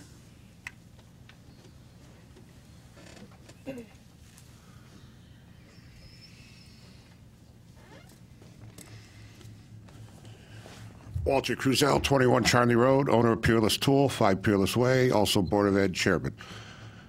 Mr. Councilman Arnone, thank you for your service. Good luck in Hartford. And everyone else, Merry Christmas, Happy New Year. You can still say Merry Christmas in public, so again, Merry Christmas and Happy New Year to all. And we'll be working together next year. Thank you. Thank you. Anyone else like to speak for the council? For the first time? For a second time? George? So you had that extra minute and went to 5. Now you only got 3. That's okay. Welcome, George. Thank you, George Young, 8 Holly Lane, Enfield. At the previous council meeting this month, I asked when the June 30th, 2018 annual budget or annual audit would be completed. Last week, I contacted the finance department and was advised that it would be done the first week in January 2019. Once again, as I've said before, it should be completed much sooner than 6 months from year end. Last week, there was an article, which you may have read in the Journal Enquirer, that East Windsor was debating hiring a professional town administrator. They were averse to using the term town manager. One person indicated that the administrator would benefit the town by scrutinizing the budget of every department and making the officials we elect more efficient. I believe that now our town manager and the council are trying to do the same thing with our budget. I would like to challenge them to cut $2 million in our 2020 budget. Let me be clear. I don't mean cutting from the proposed budget, but from the 2019 adopted budget to help ensure a lowering of the mill rate. An early message to the town directors would be a clear sign of the changing times. The money should be spent as if it were their own.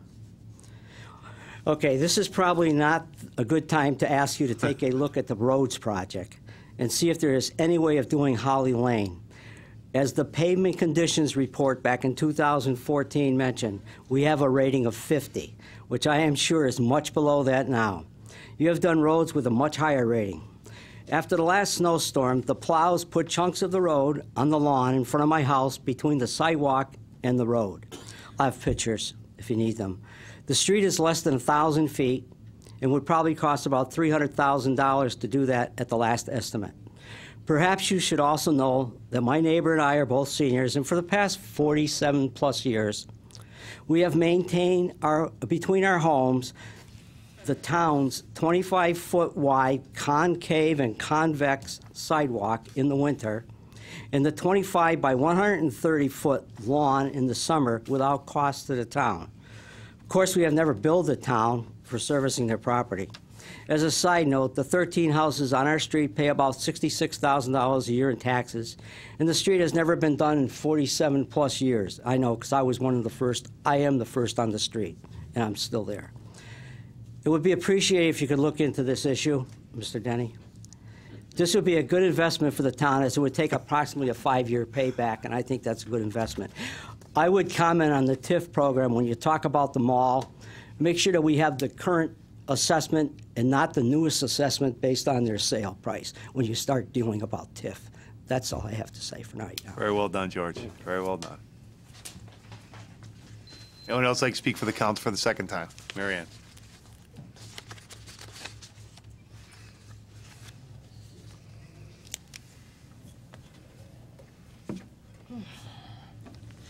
Mary Ann Turner, 7 Meadow Road.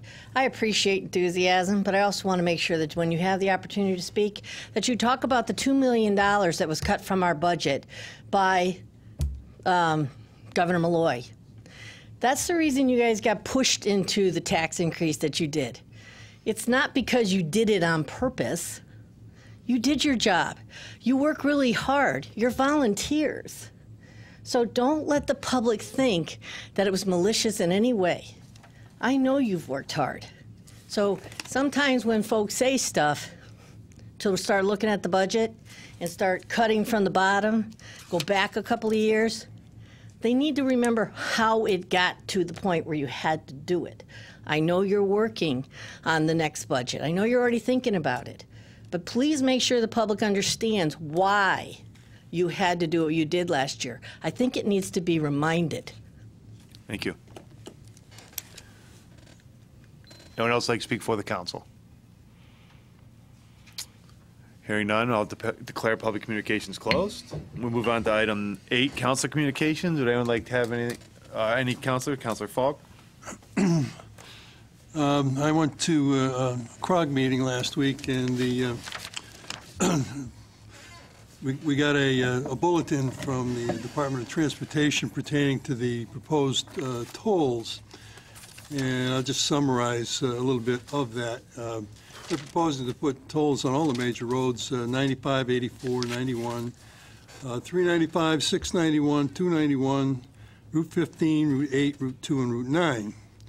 And as of the report that came out in November 2018, they're talking about a total of 82 toll booths, and their average spacing between them is 6.6 miles. There was one proposed in Enfield, one in East Windsor, and one in Windsor. I know they were talking about different structures for Easy Pass and what have you. Depending on how much you drove, you get a different rate, or in-state, out-of-state. Right now, it's all in the talking stages, and I don't know how the general public feels about it.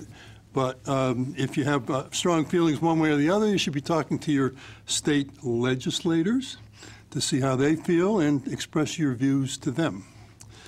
Next, pertaining to drugs and the drug education program, I attended a workshop with Youth Services, the Youth Council, last week, and they were in the midst of a program called Bright Stickers. And what that is like a neon sticker that they stuck on 1,500 brown paper bags.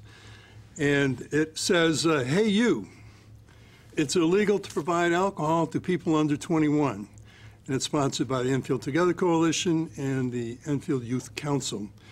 And in conjunction with the Police Explorers, after the bags got stickered, the Police Explorers and some of the members of the committee went out with Officer Pedimonte to the local package stores and handed out these bags that for free, that these package stores would then provide their customers when they bought a bottle or a six-pack in that bag with the sticker on it, promoting no alcohol for underage kids.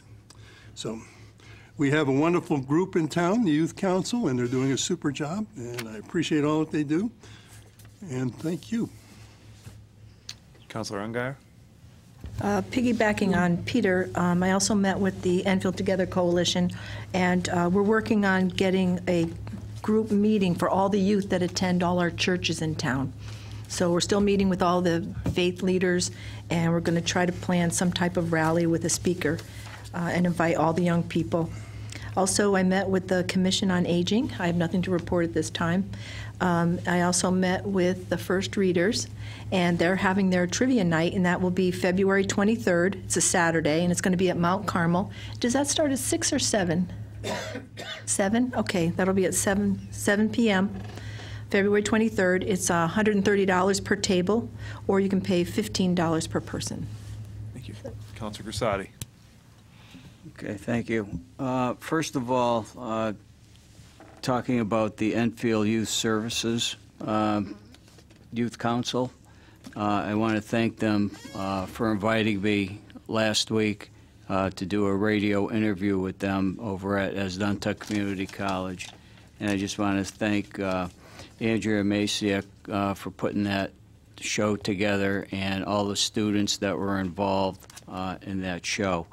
It was rather uplifting and very well done by the kids. Also this past week, the Rachel's Challenge, in conjunction with the Enfield Together Coalition and JFK and Enfield High School, approximately 400 people attended the event. Pancake breakfast and gifts were handed out. I know that there were over 200 kids that did visit Santa Claus. They raised approximately $1,300, and that money was donated to the Enfield Food Shelf and Loaves and Fishes, and they got their donations this week. And so a big thank you to people here on the Town Council that were involved with it, and from the Board of Ed. It was a great morning.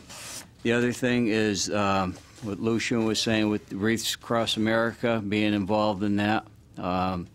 You know, with the convoy, seeing it go through all the schools in town, and then the presentation, and then over at St. Patrick's Church. It was awesome, honoring the fallen heroes and veterans, and then, you know, actually stating everybody in all the wars, that people who passed away, and the Gold Star families. A great program, great program.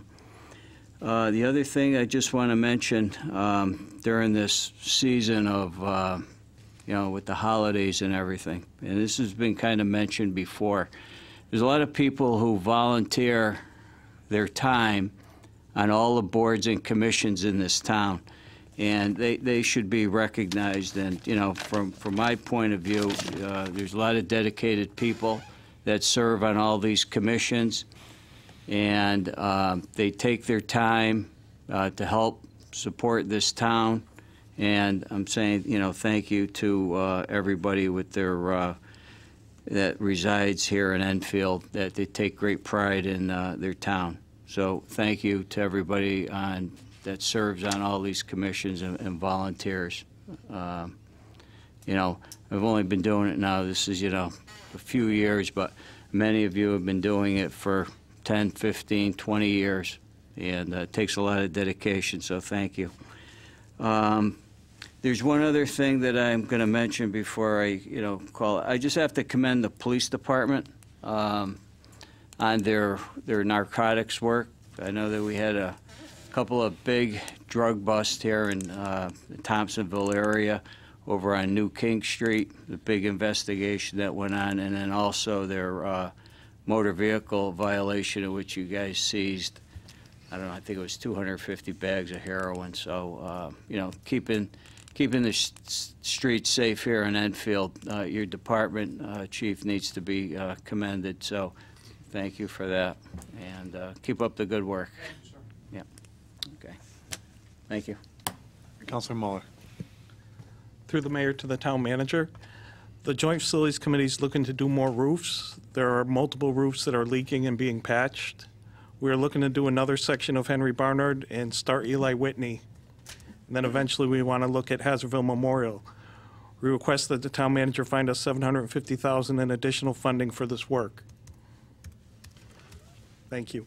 Got in your back pocket, don't you? Yeah. You need that to get the grant, right? Yeah, we need that to get the grant. The state reimbursement? Yes. We have to have the money in place before. Thank you. Thank you. Anyone else? Yes. Councilor Davis? Yeah. Yeah, that'll be the last. A few shout outs. One is the JFK Rachel Challenge donated a check today for $733 to the food shelf. So I do want to thank the teachers involved in that and all the students. So that was actually from their turkey trot. That was estimated $700. So they did hand the check over today. And then kind of like, I'll go off of Bob, the pancake breakfast of the Rachel Challenge, which is Enfield High and JFK. And what was so great about it is watching high school students incorporate with the Rachel Challenge JFK students, and they work together as a team. So it's a great little mentor also going on. And then a shout out to our staff that was there from the school. We had administration there, teachers and stuff, and it was nice because it's a Saturday, and they came out on their time, and they're involved within the community. Also at that event, I want to thank our town manager for coming out, because a few people were really shocked that the town manager was at the event. So thank you. It meant a lot to quite a bit of the parents that were there, and they got to actually see what the town manager looked like, too, in person. So they were like, who's that? And I'm like, that's our town manager. So you can tell they don't watch the meetings because they didn't know what you looked like. So they do now. And then later that day with the Wreaths Across America ceremony, it was, as Bob was saying, mentioning all the names of every single war of who lost their lives that lived in Enfield. And it's a tremendous amount of people we did lost serving our country. And to watch the community come out, and then the Boy Scouts and Girl Scouts, when they're laying the wreaths, they do a whole ceremony. You know, you're supposed to say the soldier's name, and then they'll also salute it, though, when they're out there. And it's touching because they're very young kids, and they're learning the respect, kind of like Wreaths Across America, honor, teach, you know, and remember. So it's great that the younger kids were really doing it, which is through all our schools, how the convoys, the first year, it went by every single school in town. And I got behind it, so I got to see a few of the schools head into the ceremony and record some of it. But to watch every school come out and that all our students are being taught, you know, it's kudos to our Enfield public education that, you know, we're above a lot, in my opinion, that we go above and beyond to educate the right way our children that live here, and I appreciate it very much. And then one of the most important things I'd say we went to this past week, it was an honor to witness the promotion of 4 of our amazing police officers. You know, they worked hard, they deserve it. We had 1 promoted to lieutenant, 2 sergeants, and a detective. So I will miss Officer Becky at the middle school because, I don't know, she was mimicked to be 10 officers. She was everywhere around that school. The kids had a lot of respect for her. She did an amazing job, and I'm sure the new officer will too. It's just big shoes to fill. I mean, she set the bar pretty high, but all our officers are amazing. We do have Enfield's finest as our PDs, which is great. So just congratulations to the 4 of them, and thank you for all that you do for us in the community. Thank you. Councilor Ungar? No? I thought you had one. I was just going to congratulate the police department also. They had a beautiful ceremony at the senior center, and congratulations to all those officers. Councilor. Councilor Falk. I'd like to make a motion to suspend the rules and move items E, F, G, H, I, J, K, L, and M from miscellaneous to proceed to a vote. Motion made to suspend the rules. Second by Councilor Denny. Any discussion on a motion to suspend the rules? Hearing none by show of hands, all those in favor? Opposed, abstentions? We have 10 in favor and 0 against. And just want to what Lucian, kind of alluded to earlier. This again, this was sent to me to read into the record, and this is on behalf. And again, I want this to be clear. This is not from me because I don't want to have any credit for this at all. This is from the folks, the volunteers of Reese Across America, specifically Pam Townsend, Vinnie Grady, and Lori Gates, who have done a great job in Enfield. And this is their thank you to everyone who participated. So I will forward this to you after the meeting so we can put it into the record. It's just a note of appreciation from the Enfield Reese Across America coordinators. On behalf of the coordinators for both the Reese Across America Convoy and for the Reese Across America Cemetery Ceremony, we wanted to take a moment to thank all of you for your continued support in the Reese Across America mission of Remember, Honor, Teach. To all the police, fire, and EMS folks who proudly carried the Reese Across America Convoy through East Windsor and Enfield last week, thank you really isn't enough. A special gratitude to Sergeant Matt Meyer of Enfield Police Department for actually not choking when Lori brought his crazy idea to him of him passing every single school en route to Parkman. We know it took a huge amount of coordination and resources, and it probably was a once-in-a-lifetime gig, but you made it look easy, and we know it certainly is not. To our town manager, Chris Bronson, and our superintendent, Chris Drezick. Without your support and direction, the crowd and school response would never have been what it was. And believe it when we tell you the response was huge. What an impact you all made on these drivers. To Miss Amy, I apologize if I was saying Guzzi, a teacher at Parkman Elementary School, where would we be without you? Honestly, you get it. You coordinate your team on your end, and you and your fellow teachers make the program the success that it is. Thank you to everyone at Parkman and to our amazing Enfield High School musicians for their flawless performances at both ceremonies. To our first responders and families, for those serving, for those fallen, reading the names of our local heroes at the cemetery ceremony is a poignant and yet painful venture to remind others of the true cost of freedom, and you bring it reverence, honor, and dignity every single year. To the members of the Enfield's veteran organizations that participated, thank you for making sure our fallen are given a proper military salute. To our future leaders, the Boy Scouts, Cub Scouts, Girl Scouts, and students from Enfield High School, we find comfort in knowing that the future of our nation is in good hands. To the many volunteers who helped in so many ways, big and small, for both programs, we thank you. This is truly a community event.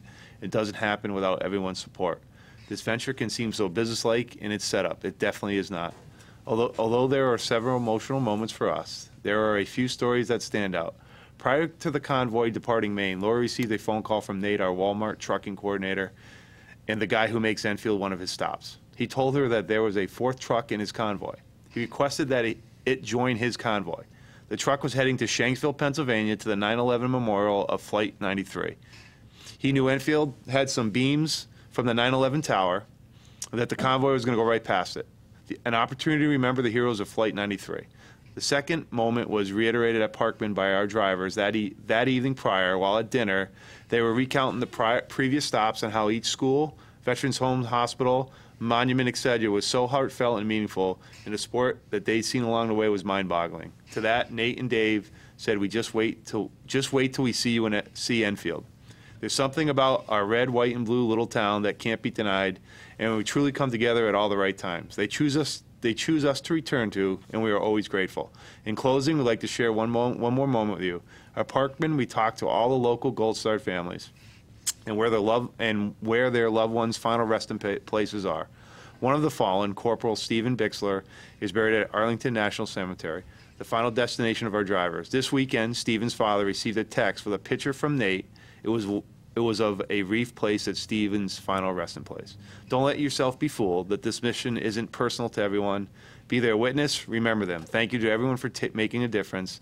See you next year. Sincerely, Pam Townsend, Vinnie Grady, and Lori Gates. So I will forward that to you to be in the record, but again, that's from those folks saying thank you.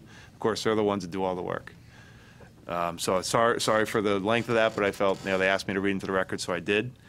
And again, really just, I know folks touched on this. It was a great ceremony. If you don't get a chance to see the ceremony on YouTube, I recommend that it's out on the school website, that everyone take a look at it. And especially the kids at Parkman singing God Bless America. There is not a better song in the world than God Bless America. And when you have young people singing it, it is, again, when you talk about honoring, that's the way you honor somebody, as opposed to just simply saying it. And through the town manager to Lucian and to superintendent, I would like to request that those kids from that school sing that same song on the Memorial Day parade afterwards, so folks can truly see what our kids are doing in our school. Because I don't think enough people are seeing what's really going on. And I think to the other counselors' points about folks standing out all over town, I mean, again, you can say what you want about corporate America, but Walmart truly is a partner, and you can tell those folks when they were in Parkman were tickled to death to be here in Enfield. That should just tell you something about the people of this town. And then real quick, I want to again honor Tanner, I'm going to ruin his name, Balajian and Jeremy Tarkowski, who did the national anthem, again, with trumpets. I mean, I got to admit, I was nervous for them, and they did a fantastic job. Just another example of our kids. I want to thank Pamela Townsend, Vinnie Grady, Lori Gates, Amy Guzzi, and Principal Roman from Parkman, who, again, if you were at, again, I recommend everyone seeing that ceremony. And you judge for yourself if Enfield, again, just does more than just talk about honoring people. It was a great ceremony. Last thing, sorry.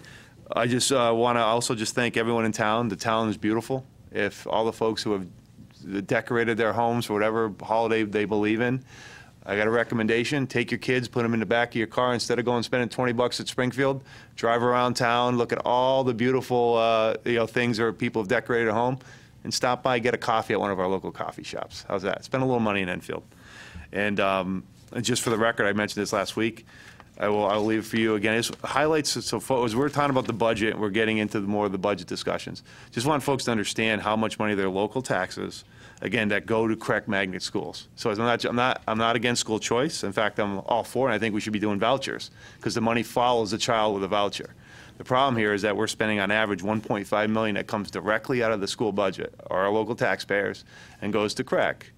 And that money doesn't come back if a student comes back. So I think that's what people need to realize. Over the last 4 years, we're going to spend about $6.5 million out of your local tax dollars that comes directly out of the school budget that we are not using on local education. So I think that's the thing that people need to realize as we make some tough decisions as we get into the budget, that there are other impacts other than just what you see going on from the decisions that are made, that there are real impacts to the budget that are going on and that, again, affect how we fund our local programs and, again, certainly our education. I'll submit this into the record afterwards as well. All right, moving on to town manager report. Are there any questions to start on the PAR? We had it this month. There was a lot of good information in it, so I endorse that you read it. And if you have any questions either now or later, please contact me. But the directors take it very seriously, and it is really a good source of information as to what each department's doing in the town. Any questions for the town manager? Yeah. Councilor Arnone. So on the Eversource building, or on talking, I know we had finally got access to actually drilling and doing ground samples, and that's as far as we are. This was actually a big year because we were just trying to get on the property, and now we're on the property, so it is moving along. We still do need a nudge, I have believe. A report. Late breaking today, hot off the presses. Great. Couldn't be any. In regard to that, so people understand, we have this, it's called the Casket Building. It's a property that the town acquired to protect and preserve, to hopefully use as a future train station site. Part of that area that we would need is the Eversource building. It's a building there. It would require some, the building to be removed, as well as some other pipelines, and using that area for parking, because obviously it's limited there, so we need that. To that end, the town has entered into an agreement. It's a confidential agreement with Eversource, but basically, as you indicate, Mr. Arnone, it allowed us to go on, get an independent testing company to see what's there in the soil. They had done most of the testing, and time frame ran out. We then came back in the spring to the council. We asked Eversource to renew it. They ultimately did, and I am advised by our attorneys, who we also met about the entire project today, that the testing was completed and all of the samples have been submitted to a lab, and we should imminently have the results. So I will report that to you as best as we can. As I say, it's confidential, but we'll at least in general see where we go from there. We also have another meeting set up. It's Ty and Bond. They were here this evening. They also have done work on that building. We're going to be meeting with them because that's part of the project as well. There's brownfields, there's grants, but the project is moving. To that end, and I think it segues nicely, we had a meeting a couple of weeks ago with Councilor Arnone, or State Rep-elect Arnone, and Senator Kissel and staff at DOT on the train station for Enfield. Where do we stand? Basically, we're 3 years out. They're still committed to do it, but funding, of course, is non-existent at this point. But it was important for us to get up to speed. I think there has been a little lag time. I'm glad that you were instrumental in having the meeting. We learned a lot. And Windsor and Windsor Locks are getting train stations sooner, but a key issue, and I won't belabor it because we're going to have the DOT people come in February to make a presentation to the town to show us the proposed train station. And one of the critical factors that Windsor, Windsor Locks, and we need is double tracking. It's very expensive, and they will give a full update, and they'll show us where we are. And then I think it can help, again, get the townspeople informed about it and get them moving and seeking our federal representatives to help us on this project and move it along and help with funding. So that's important, and we're making progress on it. In regard also to Mary Ann Turner's comment about the health department, we're glad to hear that. I had met with the executive director, Patrice, and that was part of the discussion about what their future plans were. She's also going to be a special guest to come and talk to us about the health department, what they're doing, their priorities, the role that Enfield plays. She'll be here in Enfield as a special guest so that the public can hear directly from her, and you can ask questions of her as well. In regard to the $750,000 that you request for the roofs, I don't want Mr. Young to think we just have $750,000 or millions of dollars lying around, because we don't.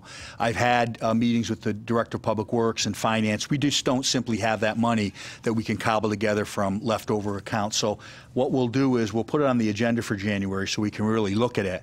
It's a question of priorities. We absolutely have to do these things. We want to take advantage of grant money. And again, it's something that wasn't approved by voters in a referendum package. So now you've got to come up with a plan so that we can address this, and we can look to see what the council's priorities are. Clearly, we have a fund balance. Question is that something that you think is important enough to dip into that for those projects? Because I've looked, and I wasn't able to find that amount of money now. To that end as well, I've talked about the future. We're going to have a presentation by Mr. Nunes, the Public Works Director, again on the roads, and that is something that comes up. I'll tell you, that program, going back the 20 years we've done it, has been a tremendous success. It is a testament to past councils. There was a proposal, and we'll have to see what the market and what the citizens can bear for a 2020 referendum, but he's preparing a presentation that I asked him to do to show each of the road projects, what we've done to date, how much it cost. Our consultant has just done a new categorizing of all of our roads to see where we started. There's an index, and we've done remarkably well where the balance of our roads are. So I would like the taxpayers to know that all of their support for the road projects was well placed. It has been very, very successful, and now we need, again, to look forward, and we'll have him coming in February to give you that presentation. We'll have the consultant here as well. Make sure you have Holly Lane, since George's in the audience. Yeah. Well, yeah. that's Can I reminded follow up one more quick thing? Can someone get back to this gentleman here too on maybe something he could contact on his questions on during the public which part of the meeting? What your name?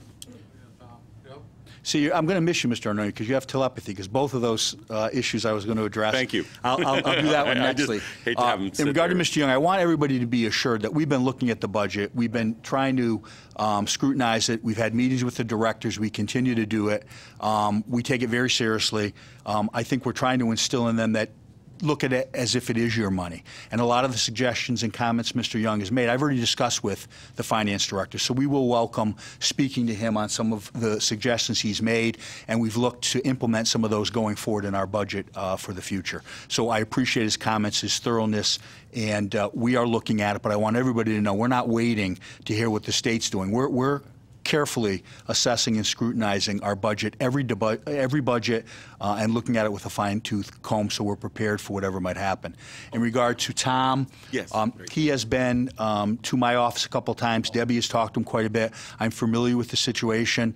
I will just say you've heard and seen two sides of the coin this evening, and we're going to have not a debate, I hope, but a discussion on the blight ordinance, the amendments. But you can see how it affects some people that are on the receiving end of it. And you can see how it affects some people who are on the end where it's a property that affects them and their concerns. So that's the two sides of that coin. And I will just prepare that the new ordinance, we've had it on for months. It is on for action tonight. The time for talk is done. We've got to implement it, and then we can amend it going forward. We'll see how it works. But I'll leave that to the town attorney to report as we go forward. But I'm familiar with what Tom has done, and as he's indicated, and I happen to know Tom. He's known my family for many years, and he has a good heart. I take his comments at face value. He's not trying to do something untoward, but Tom sometimes, he has other matters that take priority, and it takes him a little time to do it. So we're looking at it to see what we can do. I don't know what we'll be able to do specifically, Mr. Arno, but we are looking, and I'll just preview the Blight Review Board and his situation, whether or not it can be retroactive. But going forward, the situation he finds himself in is something that the Blight Review Board will now have some jurisdiction over, that will be able to address it when somebody does what they're supposed to. For when we get there. Yeah. So there's a lot of moving parts, but I just want to say, I think from what you can see from this evening's meeting, we're doing a lot of work. We're making progress. I think there is momentum, and I think the future is bright for this town. And I would say not only do we have great residents, but we do have great people that volunteer on our boards and commissions. Two things. On the Eversource, if we don't have any movement on it, at some point, can we bring them before here to get some movement on it? I mean, because again, it's been out there for a while. So, and I think there's other issues with Eversource that I know some residents would love to have some conversation with them about. They're a public utility in town, and yet we don't have them here. So I think at some point we need to get them before the council so we can ask some questions. And if we don't have any movement on that facility, it's been a long time. I think it's time maybe we try some other avenues with them and ask them to come to public and explain some of the things. At this juncture, I think we're in a position where all of the work has been done. It may have taken a little time, but now we're waiting for the results. And can you quickly give an update before on the money that's possible for the water pollution plant and where we're on there? And an update. On the DO. And then also just explain real quick to everyone about the letter that went out from finance. That's, again, I think, just to remind people about the taxes. That hey, oh, by the way, you're not going to get another letter because because the taxes were paid. I think it's a good thing to. Well, let me do the first one. People are going to be tired of hearing from me, so I don't want to talk too much longer. But in regard to the first matter, DOC has a sewer usage agreement with the town because there's a flow from the prisons that go to our water pollution control center. So there's agreement there, and they pay a certain amount or a certain penalty for an overage. And part of that agreement is when we did the upgrade at the water pollution control, there was a formula for a payment that they would make towards it. Comes out to be about $2.5 million. So we've had meetings. I've had conversations with DOC, again, to get that moving. They've promised DOC that they would have the paperwork submitted to the bond commission of the state. I don't want to get too much into the weeds, but basically we have an agreement they owe us, but the state, it's not in the DOC budget, so they go to the bonding commission as if it were a project for the state, and it's got to be approved. So they verified the amount with me. Our consultant from Fuss and O'Neill has asked them at my request to advise us when the request is in. Hopefully they'll keep their word. I think they're sincerely trying to do it in December, but then it would be placed on a bond commission agenda, a date to be announced because there's a new governor, there's transition. Hopefully it would be in the beginning of the year, and I've already spoke to all of our state legislators to ask them when it is on the agenda to outreach and make whatever inquiries and try to get us the $2.5 million that we're owed and entitled to for the project. And on regard to letters, You know, we approved the letter so folks realize that, you know, about the. I won't, right. we'll have that's the finance director in regard to the new collection All right. policies. Just to remind And we people. can have him give an update at the next meeting. All right, perfect. Go ahead, yeah, go ahead, yeah, go right ahead. Yeah. You're not going to get a Right. bill in the mail for January to pay your taxes.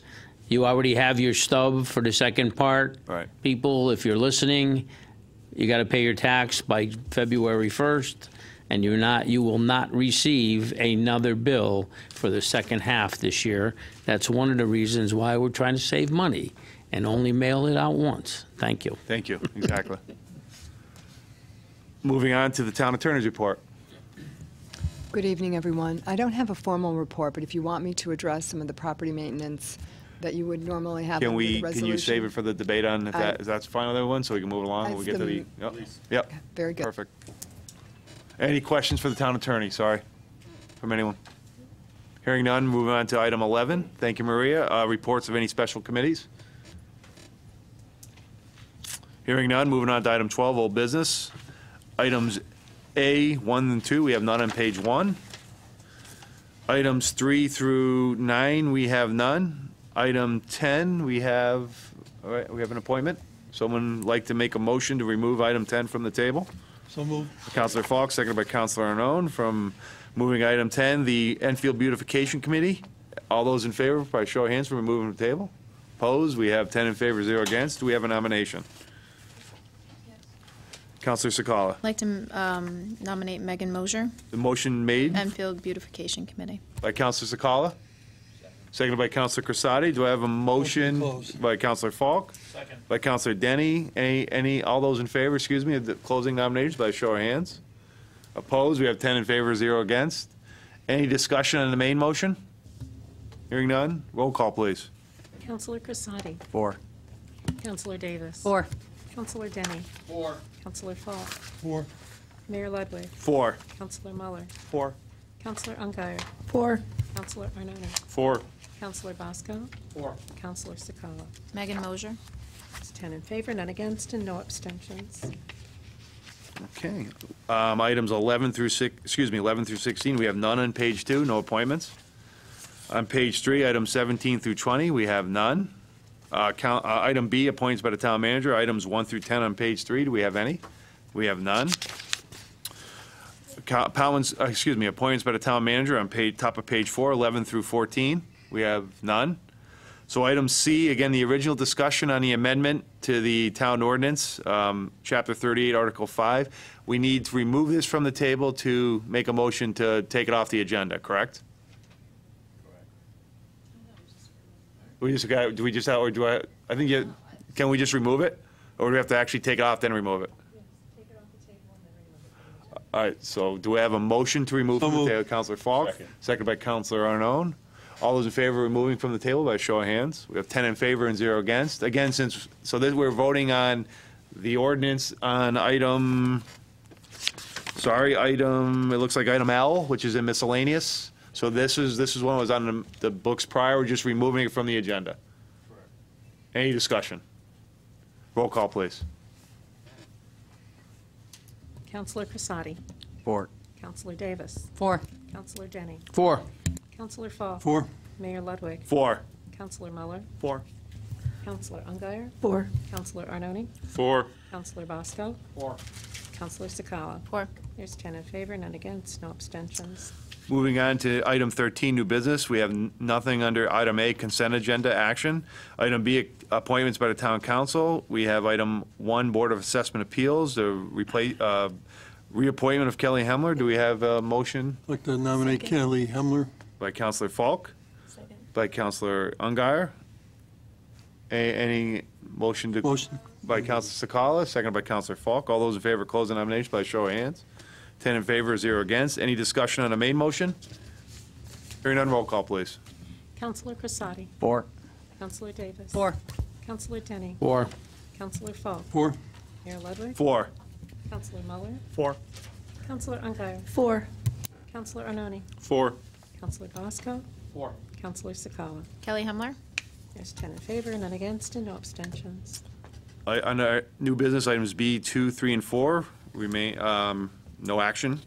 Item C, appointments of the town manager, we have none. Item D, appointments, council approved the P and Z Commission of items 1 and 2, still not ready for action. Moving over to, on page 5, top of page 5, item for discussion. Consent agenda, we have none. Appointments, item B, by town council, we have none. Appointments by town manager, we have none for item C. Item D, again, council approved P and Z commissions, we have none. Items E, F, G, H, I, J, K, L, and M have been moved to the miscellaneous. So on item 15, miscellaneous, we have item E. Sorry, let me get there.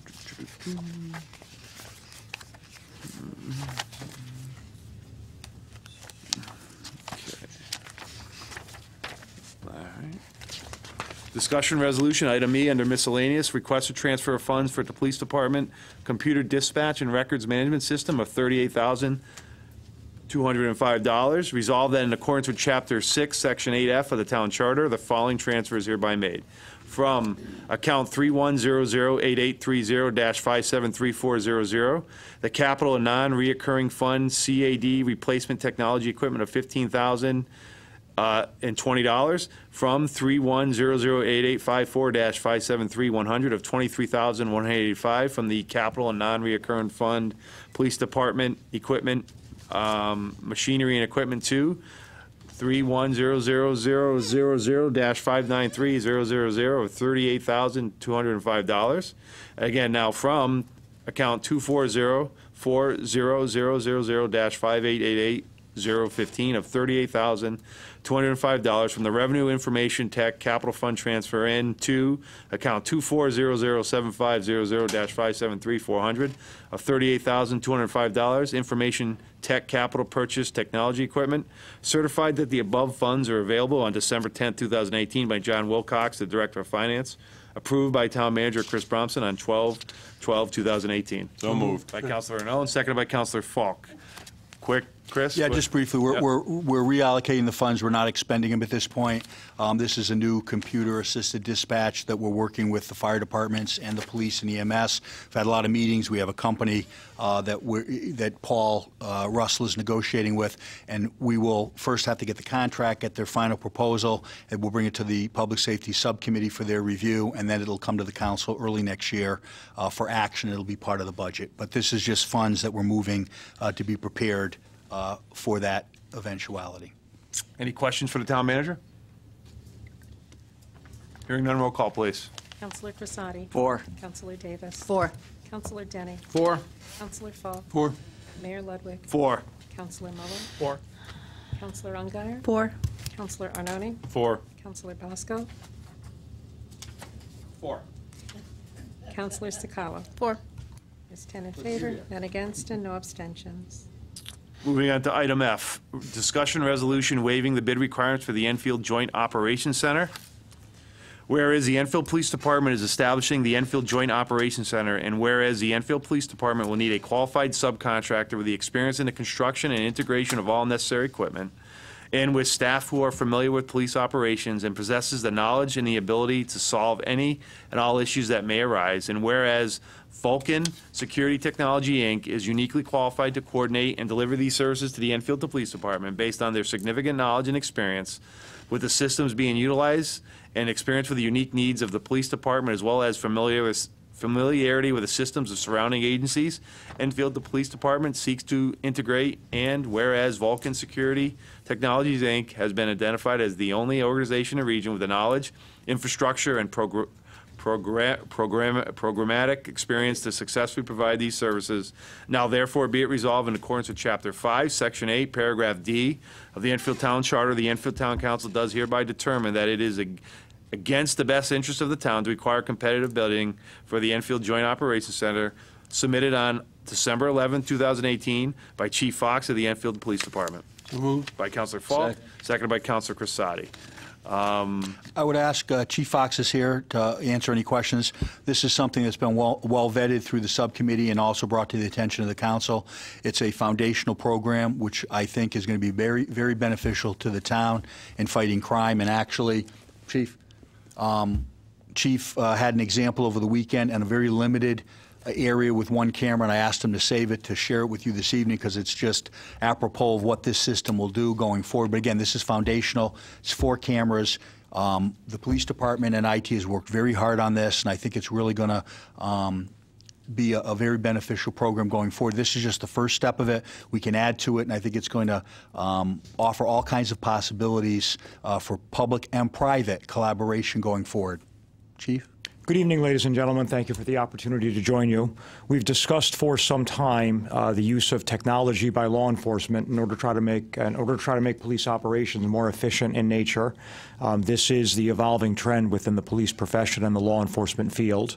We've identified some specific locations where we believe the placement of cameras would have value to this community. We've discussed it with a number of you, including a presentation of the Public Safety Subcommittee.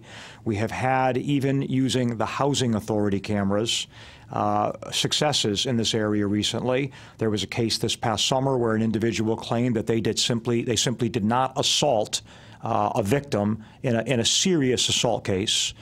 They went so far as to offer not only their innocence, but the impropriety on the part of the investigating Enfield Police Department officials. Well, lo and behold, the assault was actually captured on an Enfield Housing Authority camera. Similarly, over the weekend, Friday night into Saturday, there was an accident at South Road in Victory. There was an allegation as to the way in which the offending vehicle was operated, and the offender indicated that he did not operate in a certain way. Well, the way in which he operated was in fact caught on the camera. Additionally, just so you know, the cameras are not there to simply sink people. There was a witness to this accident who provided an account of the event that actually turned out to be inaccurate. We know human perception has frailties and has weaknesses. The camera depicted not only the falsehood offered by the operator, but the fact that the witness was actually incorrect in what they said. We think this has great value to the town. We think it provides an efficiency in terms of what we do, hence the presentation before you this evening. Any questions for the chief? Councilor Bosco. Well, I know we had this in subcommittee for a while. We did, sir. And I don't like it, but, you know, it's the times. And as much as I hate it, I have to support it because I think it's up to the times. And especially having limited sources, it could be another police officer technically when you catch somebody or going out. So I'm going to support this, and we worked quite a while on it in the subcommittee, and I hope it just gets an unanimous vote. Thank you, sir. Councilor Falk. I attended a CROG meeting about 6 months ago, and they had a company there, I don't know if it was this company or not, talking about cameras, and it was primarily at intersections, and they stuck up above the traffic lights and did a 360-degree view. Is that what we're talking about here? That is what we're talking about. Okay, because it's excellent. I mean, it records everything in every direction. It is shockingly good, which is both valuable and concerning at the same time, Yeah. but it's the nature of the world that we live in. Yeah, just out of curiosity, what does a unit cost? Well, there's a built-in infrastructure cost, which is unique to the startup of this expense. Once the infrastructure is in place, the camera systems themselves, pan, tilt, zoom, all 4 directions, the camera system itself is in the range of $13,000 to $17,000 per. And what's the base unit? The infrastructure is $53,000, and that, until we get to an obsolescence point, supports these cameras and whatever other ones we might acquire in the future. And if you set this up, can you add to it later on? Yes, sir. So it's universal? Yes, sir. Okay, good, thank you. Councilor Arnone. So yeah, ditto with all that. But if you're out there today and you don't think you're being watched, it's everywhere. It's on people's houses, knocking on doors. Just recently for campaigning, I hear a voice come out of a doorbell, you know, and they're watching me. So it's everywhere, and it's something I guess we have to do live in. But get back to what we're actually voting on, the company itself. Have we done business with Vulcan Security before? I believe that we are familiar with them, and I believe the town has done business with them, the police department not. I think the Housing Authority has a relationship with them. Would I think the security upgrades at JFK, were they done by Vulcan? No, they were not. Okay. I just heard the name before, just wasn't sure where the company comes out of. So I'm very blessed, although he did not join us tonight, to have an individual subject matter expert and officer in this area whose work is tremendous. And he's watching at home. You can say his name. Why? Officer Emmons. Thank you. That's what we thought we were getting tonight. Has a level of knowledge in this area that is remarkable. Yeah. And he's really he's the one who gets all the credit for this work. Okay, thank you. Yes, sir. Councilor Denny, then Councilor Ungary. Yes, I'm going to support this wholeheartedly. I believe that again, we're talking budget monies, and this is a time saver without a doubt. Without investigation, without a camera, you can't investigate properly, and it's time consuming, and on and on and on with accidents or anything for that matter. And the perfect example of that would be, I forget the hour time, but the accident and the person that was killed down on Route 5 on a skateboard, we probably investigated that close to a year before there was something. And if there was a camera there, it would have been over in a couple of weeks. I thank you for that. And I think the police department is proud of the fact that that case was solved through old-style gumshoe police work. But it was hundreds of hours to get there. And had that been caught on a camera, that would have been an overnight solve. Councilor Ungary. I wanted to say that I fully support this. I was fortunate enough to go with Chief Fox and Officer Emmons to Hartford and see their whole unit there and how that works and their cameras, and it's just the technology is unbelievable. I mean, ours will be a different scale, but definitely for Enfield, it'll save us time and money. Thank you. Any other questions? And again, Chief, thank you. And Officer Edmonds, I mean, this came before the Public Safety Committee. And again, this is a piece, so it's, you know, I think the issue is we're trying to do different things to solve crime within a limited budget. Again, it's not certainly the end all, but it's certainly another piece, as is, again, other things that we're doing. And yes, it's going to save some money, and I think it's the beginning. And again, I know there's a fine line between constitutionality of privacy and then cameras, so I think we're trying to toe that line pretty tightly, which I think is fair to the folks of the town. We're not trying to bust everyone who doesn't stop completely at a stop sign, and everyone who's watching has done it probably once a day who doesn't stop completely at a stop sign. That's not the point of this. The point is, you know, again, to help what we're hearing clearly from our constituents. Hey, we want bad guys and bad gals off the street. Simple as that. And I know Officer Edmonds done a great job, and we already are considering some other ideas on how we can expand this, again, within the realm of the budget. And again, doesn't certainly replace boots on the ground, but certainly can help. And I know you folks have done a lot of work on this. Thank you. Yeah. Any other questions? Hearing none, roll call, please. Councilor Crissati. 4. Councilor Davis. 4. Councilor Denny. 4. Councilor Falk. 4. Mayor Ludwig. 4. Councilor Muller. 4. Councilor Ungary. 4. Councilor Arnone. 4. Councilor Bosco. 4. Councilor Sakala. 4. There's 10 in favor, none against, and no abstentions. Moving on to item. Thank you, Chief. Thank Officer Emmons. So, Chief, you want to stay there just in case? Item G, request to transfer funds for the Enfield Joint Operations Center of $139,000. Resolved that in accordance with Chapter 6, Section 8F of the Town Charter, the following transfer is hereby made. To Police Services Technology Equipment 1-2 00500-573400 of $139,000 from Police Services Salaries 1012-0000-51100 of $139,000. Certified that the above funds are available on December 10, 2018 by John Wilcox, our Director of Finance. Approved by Christopher Bromson, Town Manager, on December 12, 2018. Motion to approve? By Councilor Denny. Seconded by Councilor Falk. So I'll turn over, other than. No, this is just paying for what we just talked about. So, but, right, do we need to talk about what we talked about in the subcommittee? So do you want me to bring that up, Ed, or you want to? So we want to be clear to folks here that, again, you're making a sort of a leap of faith with us here. Again, moving the money from one of your budget items that again, we're here to be transparent with everyone about where the money's coming from. That's the point of what, I think someone said earlier about budgeting. So there may be in full transparent, everyone in the council who's listening, you may have to come back to us. I don't want to speak for you at some point if we have overtime. Because again, we've done the council's made a decision to put to manage overtime a lot tighter on every department. So I think I just want everyone to be clear what we're voting on, and I don't want to speak for you, but I want to make sure everyone was aware of that. So if Chief has to come back to us in March, that everyone's fully aware of why. So I don't know if you want anything to add, Chief. I'll Yeah. speak for the chief because it was at really my direction that Right. he has been watching his overtime budget. Right. He's been watching his unfilled positions. And the reason it did take a little longer than normal, we initially brought it to the subcommittee. You were very supportive of the concept, but we don't like to spend money that isn't in the budget in between. Right. So in other words, this wasn't in the budget for technology. So the chief watched it. He has been filling positions or attempting to.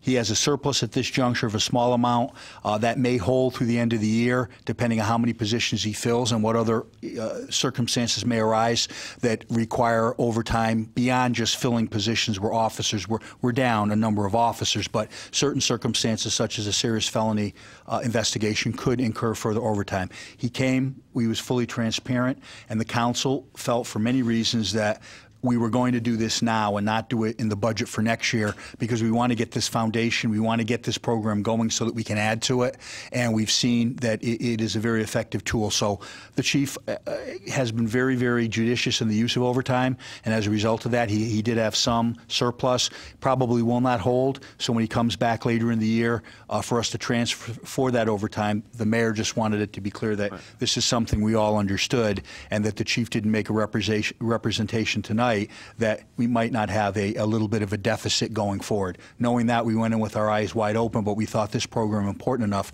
to do it now and not wait till after next July and start the program. Thank you both. I mean, any question, I appreciate you being completely upfront about it. And I appreciate the support. We are watching the money on a day-to-day basis to make sure that we're operating within the confines that you've given us to operate under. I take that responsibility very, very seriously.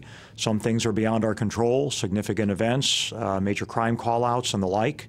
But this was a priority for us, and I'm pleased to see that it's one that you value as well.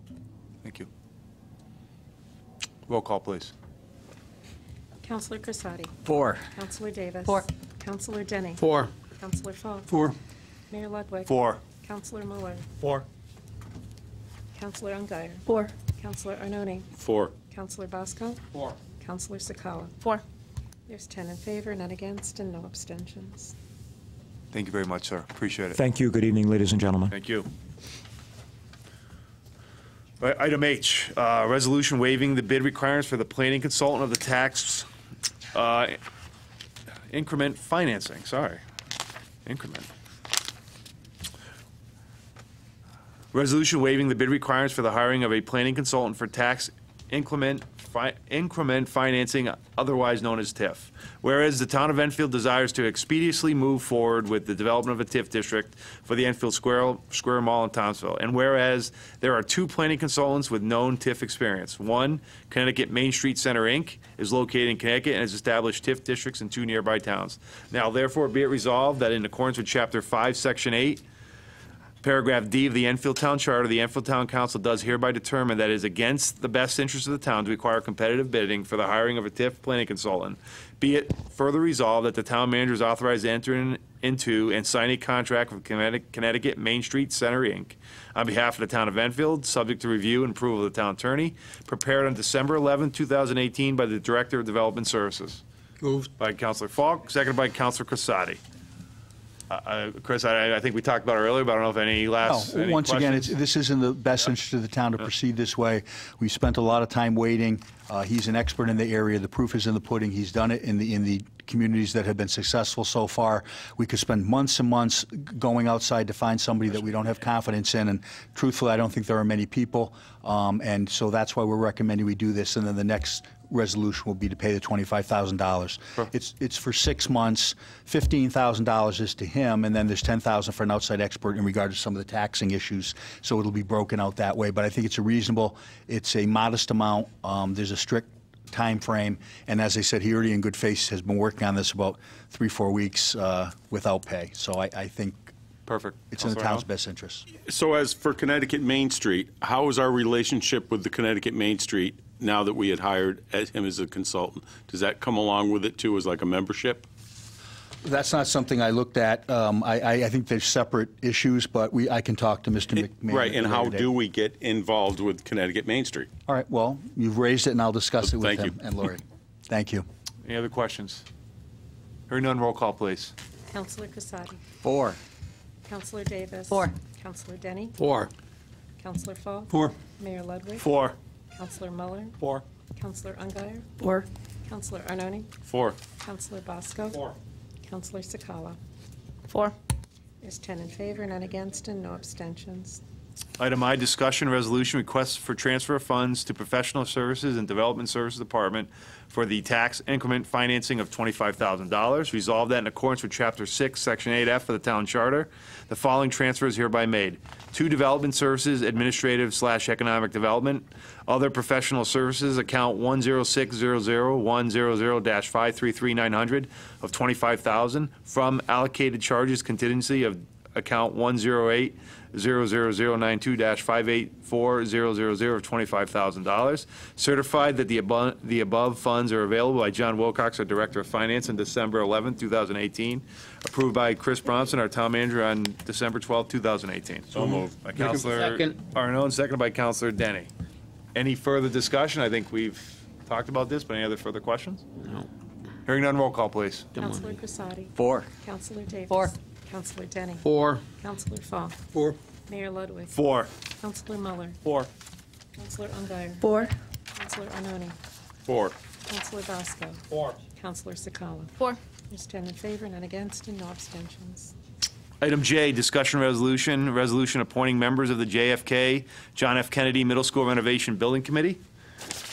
Whereas on November 17, 2018, Enfield Town Council created John F. Kennedy School Renovation Building Committee through Council Resolution Number 4786. Now therefore be it resolved that in accordance with Resolution Number 4786, the Enfield Town Council does hereby appoint the following individuals to the John F. Kennedy Middle School Renovation Building Committee: Randy Daigle, Amy Dennis, Caitlin Dunn, Scott Copen, Kevin Margolfo, William Marr, Michael Montefort, Jeff Oken, Gregory Stitch, Dave Costa, and Chris Clare. And be it further resolved that the Enfield Town Council and the Enfield Board of Education shall designate 2 members of their respective bodies to serve as primary non-voting liaisons to the JFK School Renovation Building Committee. The Enfield Town Council, the Enfield Board of Education, may designate additional members to serve as alternates to the primary liaisons for those times when the primary liaisons are unavailable to attend meetings of the building committee. Prepared on December 7th of 2018 by the Town Manager's Office. By Councilor Muller. Seconded by Councilor Ungar. Any discussion on the resolution? Hearing none, roll call, please. Counselor Casati. 4. Counselor Davis. 4. Counselor Denny. 4. Counselor Falk. 4. Mayor Ludwig. 4. Counselor Muller. 4. Counselor Ungary. 4. Counselor Arnone. 4. Counselor Bosco. 4. Counselor Sakala. 4. There's 10 in favor, none against, no abstentions. Item K, discussion resolution adopting the new IT system administrator job description. Resolved that in accordance with Chapter 7, Section 2 of the Town Charter, the Enfield Town Council does hereby adopt the job description for the position of IT System Administrator, prepared on December 5th, 2018 by Steve Belinda, the Director of Human Resources. By Councilor Muller, seconded by Councilor Corsati. I think these are just in a long line of our reorgs. Any questions? Hearing none, roll call, please. Counselor Casati. 4. Counselor Davis. 4. Counselor Denny. 4. Counselor Falk. 4. Mayor Ludwig. 4. Counselor Muller. 4. Counselor Ungary. 4. Counselor Arnone. 4. Counselor Bosco. 4. Counselor Sakala. 4. There's 10 in favor, none against, no abstentions.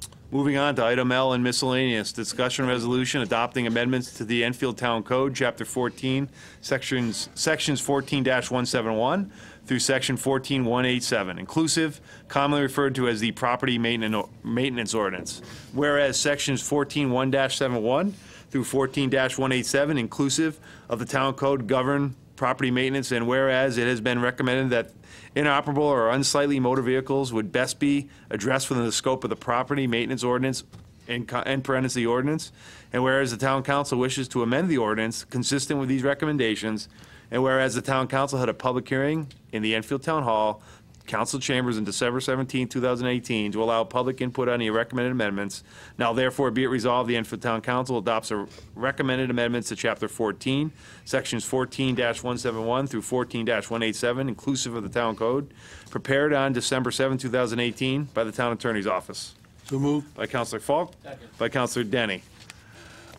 Well, Marie, I don't know if you want to address before we have questions, any of the, that we heard from the public hearing or anything in general that, that we were going to talk about earlier? I can give you a little bit of an outline. Sure. I'm disinclined to reinvent the wheel because Yep. a lot of these proposed changes that are in bold, those are the only new changes. The other things that have been commented on, I mean, some of this language goes back to 2001. This is not new territory that we're covering. What had happened, just in terms of bringing people up to speed that maybe aren't familiar with it, earlier this year, there were issues from the police department's perspective with respect to enforcement on the registered motor vehicle piece. What happened was the ordinance was looked at and the public and staff brought back other changes that they thought would be beneficial. So we went about to make those changes in the motor vehicle ordinance because you have two things on the agenda tonight. One was the issues with motor vehicle, and when those changes were made, after consultation with development services, where the consensus seemed to be, you wanted motor vehicle to look like property maintenance. In addition, there was concern that there be some wiggle room, some ability to reduce fines. Blight Review Committee. That's also something that goes back many years, but it's never been part of any ordinance. When we made the changes that were initially recommended under motor vehicle, the staff that actually do the enforcement said, it would probably be simpler and easier if you were simply to amend as a body property maintenance to include motor vehicle. If in fact the council chooses to do that, then you could just get rid of the motor vehicle ordinance completely. So when the latest one of the revisions of property maintenance only, and that included bringing forward those motor vehicle definitions, as well as a few other thorny issues that had been raised by your enforcement staff that said, if the council's going to look at this again, let's add some other language that has been, lacking in their view. And as some of the council has mentioned, this is a living, breathing document. It started probably over 20 years ago, and I was here, so I'm a little bit familiar with pieces of it. So the long and the short is, we made those changes. The changes appear in bold. The changes were recommended by the enforcement people. There's one additional word that, once everything went back, was not included, and that's the word substantially with respect to the damage on the motor vehicles. So that's the only change, the only additional change that was made. The Blight Review Committee, part of the plus of having just one ordinance is rather than amending two and worrying about inconsistencies, you could add that Blight Review here. Now, the reason there aren't specifics about that Blight Review Committee is it's still unclear how you're going to want that to work going forward. And you see the process that's involved with amending an ordinance. It's a big deal. It's very involved, and you'll be stuck with it for a period of time. If you have the Blight Review referenced in the ordinance, but you do it by resolution, you can see how it works. You can see what the parameters are of that Blight Review that you want. I mean, one simple example, and we had sent you a couple of options just to get you thinking about what you might want, how much authority you want that committee to have. What's the composition? Is it going to be council people? I know Chris usually cautions me about not getting into the weeds, but since there's a concern about the Blight Review, it's something that can be changed as you go. But you're going to have a mechanism where people can go after the appeal periods have passed, that you can say, okay, we want there to be a limit in terms of the money, or something else. I mean, that's not on the table tonight, but reference to it is in the amendments because that was my understanding of what was wanted. I just want to make sure I don't miss anything, and obviously if you have questions, you can ask me. But this has gone to the enforcement people. They've made the recommendations. We tried to put those changes in to make for a simple, smoother running ordinance. And I just will briefly address the unregistered piece because that had come up. The unregistered was something that the police found difficult. The enforcement staff has said, you know what, the real issue has been the blight. In many cases, the motor vehicles that are not registered are in fact blighted. Not always. But unless you're looking at the taxing piece, and since that unregistered piece had originally come up many, many years ago, and I looked at the minutes, the main goal was not taxes. That's fine. It's a legitimate reason for you to want to have registration, but that was not the original goal, just so you know. I mean, it truly was the blight issue. So bringing it forward today, what you have are changes to property maintenance. If you found those changes acceptable, you would pass that. The motor vehicle ordinance then would go, you would vote to repeal it because they would be inconsistent. Now, having said that, if you're not in favor of amending the property maintenance, I wouldn't suggest you repeal motor vehicle because then you would have no mechanism for that. Right. Any questions for Maria? Councilor Bosco? Okay, this is something that I did not support in the past, and I probably was pretty vocal about that. I feel now that we have a mechanism for a blight review that Billy and I were brought up about 6 years ago. I'm comfortable with it, and you know, on the way now we're just going to have to get the blight board and make sure it's right with lay people. You know, they're just of the community. You know, on the unregistered and blighted cars, it's pretty easy, I guess, because you have a place to go and speak your piece, and not just to one person like it is now. And, you know, if it's a viable car and, you know, they can assist you on what's going to make it so it'll make it past our ordinances. And I think the whole key is the blight board. And because we do have a lot of properties that are just really terrible. And, you know, the neighbors need to be protected. But then we have some that really aren't that bad. And the person who owns the property needs to be protected because it is America. So I think with the board, it will take care of things, and at least everyone will have a say. And I also would like to go even one step further on some of the older ones, is if we do have a board and the people have had their yard cleaned and they have been taking care of it, you know, maybe we can give them some relief on some of them fines, you know, just as Tom was here, because, you know, the idea and the intent of the ordinance really was to clean it up. And we have people that have cleaned them up, but they have no mechanism to get rid of that fine. So, you know, I'd like to now just spend some time on the blight board, but this I feel very comfortable supporting, and it's a big change from when we did it last time. Thank you. Councilor Falk. We had discussed this on development services on a number of occasions, and we've had the enforcement people there to answer a lot of questions. And I think Maria did a good job pulling it all together. And my thought is that we could beat this to death forever and not come up with the perfect ordinance, but you have to start somewhere. And I think this is a great starting point. I think we pass this, let it play out, see what happens, and if there's issues, we'll come back and address them as necessary. But in the meantime, I think we have to start somewhere, and this is it. So I want to thank you for all your efforts, and I hope everybody supports it. Councilor Ungary. I'm looking to support this, but I had a question. Will the board view it as a case-by-case scenario?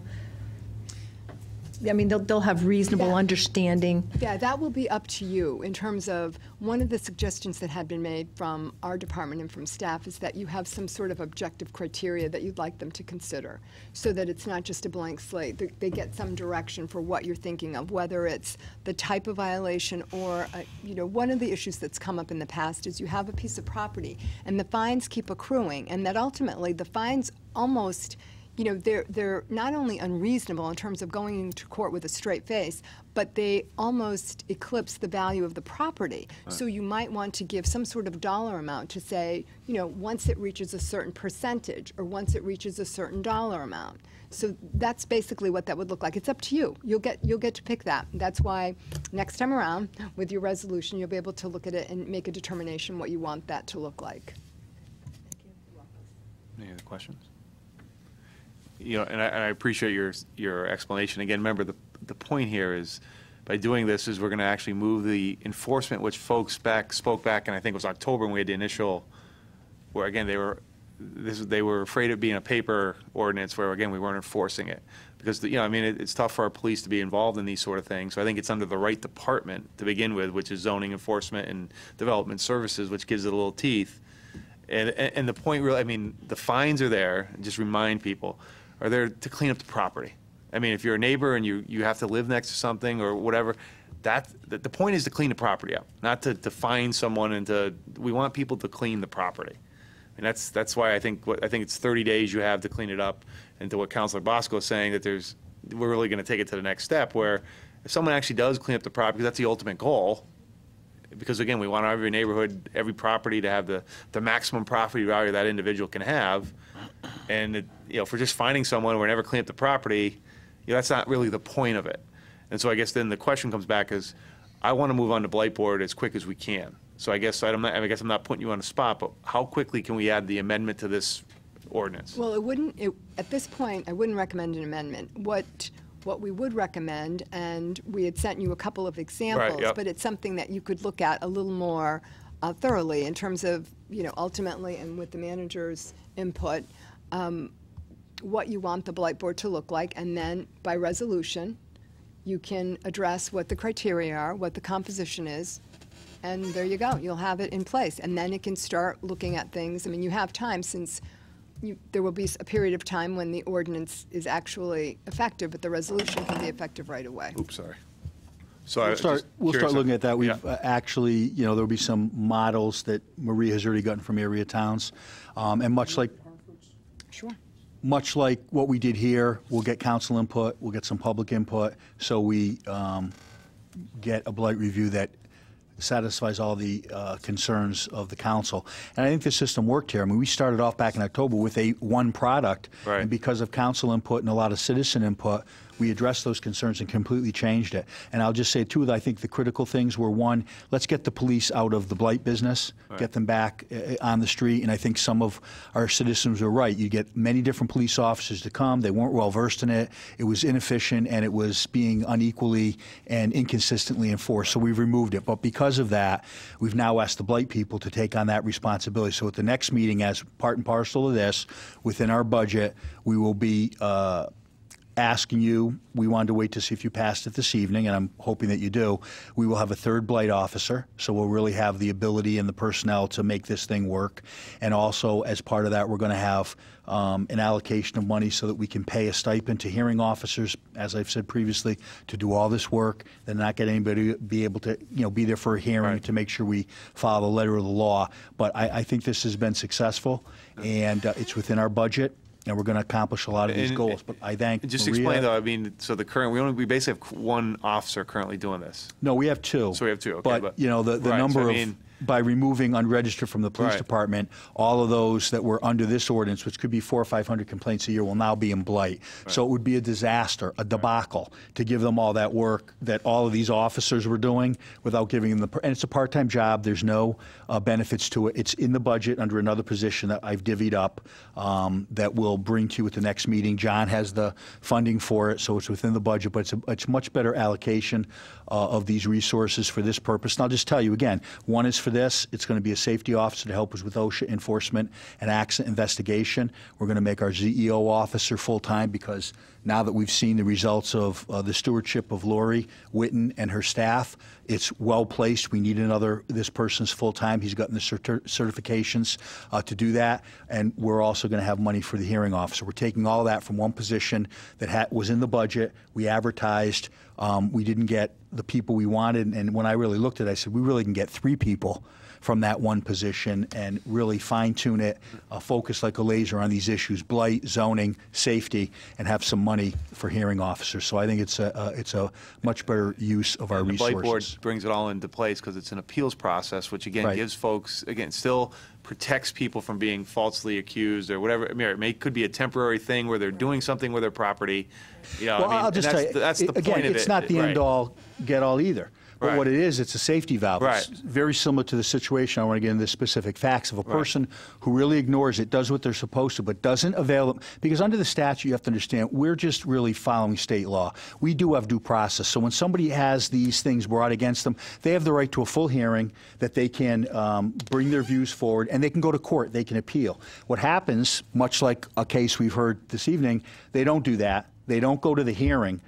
They don't contest it, but they do the right thing and clean it up. But now, as Joyce said, now the fines are on their property, and we have no mechanism to get them off. Well, we've accomplished what we wanted, and it's much like when somebody comes to sell the property, they come to us, and we ask you to reduce or eliminate the fine, but we didn't have any policy in place, and that's not a good place to be. We want equal enforcement with objective criteria that the town attorney will give you. So if somebody has a handicapped, or there's a reason, or they did what they were supposed to, but they just didn't, that the letter for the hearing got stuck under a pile of stuff, or somebody in the home didn't give it to you.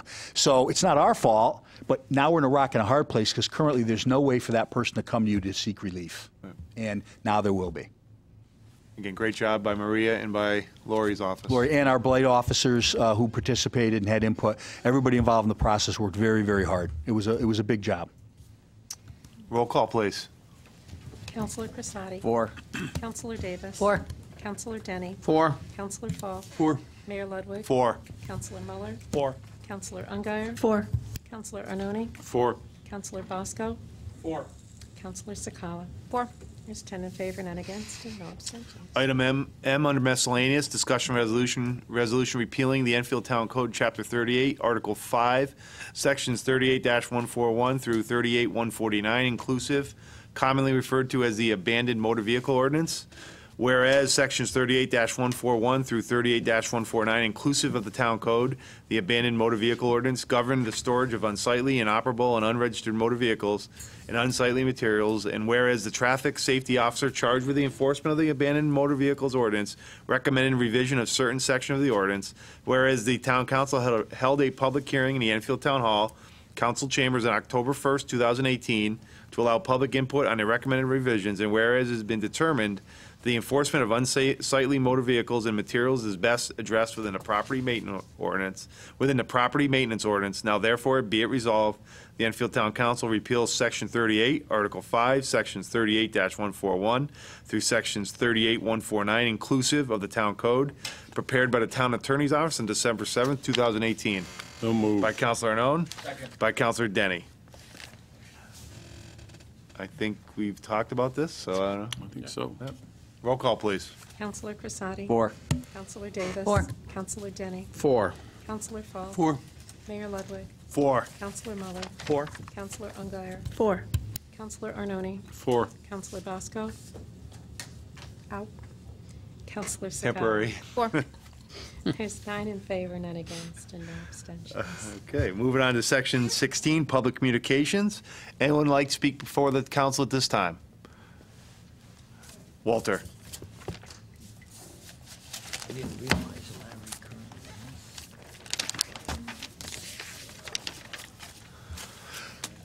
Welcome, sir. Walter Cruzel, 21 Charlie Road. And the leader. On behalf of the Board of Ed, thank you very much for approving the members of the JFK Building Committee. They have a long road ahead of them, but I know they can do it. And hopefully... Oh, sorry about that. I should know that better. I'll start again. Walter Cruzel, 21 Charlie Road. On behalf of the Board of Ed, I thank you all for approving the members of the JFK Building Committee. Got to get used to saying that. And they have a long road ahead of them, and I know that they'll get the job done. And hopefully this will put the F word to bed, in the grave, closed coffin. Don't want to hear it again. And we get this building renovated just like we did with the high school. And then another word for Representative-elect Arnone is a T word I don't want to hear at Enfield is tolls. Please. We don't need them. Tolls. Because it's just going to bring traffic on Route 5, and it's going to be a nightmare. So 2 words I don't want to hear anymore, the F word and the T word. Again, Merry Christmas, Happy New Year. Thank you. Thanks, Walter. Anyone else like to speak for the council at this time? Hearing none, declare public communications closed. Councilor Communications, Councilor Sakala. Thank you. Now, this is your last meeting, Tom, so this is when I will thank you. Congratulations on your new position. I'm going to miss you a lot up here. Your knowledge is going to be very, very missed. You were wonderful. You're a wealth of knowledge. I know you're not going to be far. I know you're going to be very, very accessible to anybody and everybody who wants to talk to you. And I know you represent us very well. But I personally, I'm going to very much miss you sitting up here with us. Anyone else? Councilor Denny. Yeah, thanks, Tom, for all the help you gave us. And I just want to wish everybody a happy Merry Christmas, Happy New Year, Kwanzaa, Hanukkah, and whatever else. Good night. Happy Easter. Be ahead of the game. Anyone else? Councilor Crissati. Yeah. Once again, Tom, best of luck to you, being our new state legislator, and it was a pleasure working with you and you mentoring me into this position. We've had many, many long discussions, and we will continue those and many more. And pretty soon, I'm going to be filling that role where you're sitting in there. So, best of luck to you, Tom. Anyone else? Councilor Falk. Thank you, Tom, for all your service. Appreciate it. You've always been a team player. We've been able to work well with you. We'll miss you. And being that I go to a lot of CROG meetings, I send out a lot of CROG information, but you won't be as part of TC19. So if you get me your email address, I'll forward it to you. Anyone else? I'm looking forward to Mr. Arnone fighting the tolls with you. I offer my services. I will stand on 91, and I will make sure no building goes in there. Merry Christmas and Happy New Year to everyone. Good night. Motion to adjourn by Councilor Footmuller, second by Councilor Ungar. All those in favor? Motion's adjourned. Good night, everyone.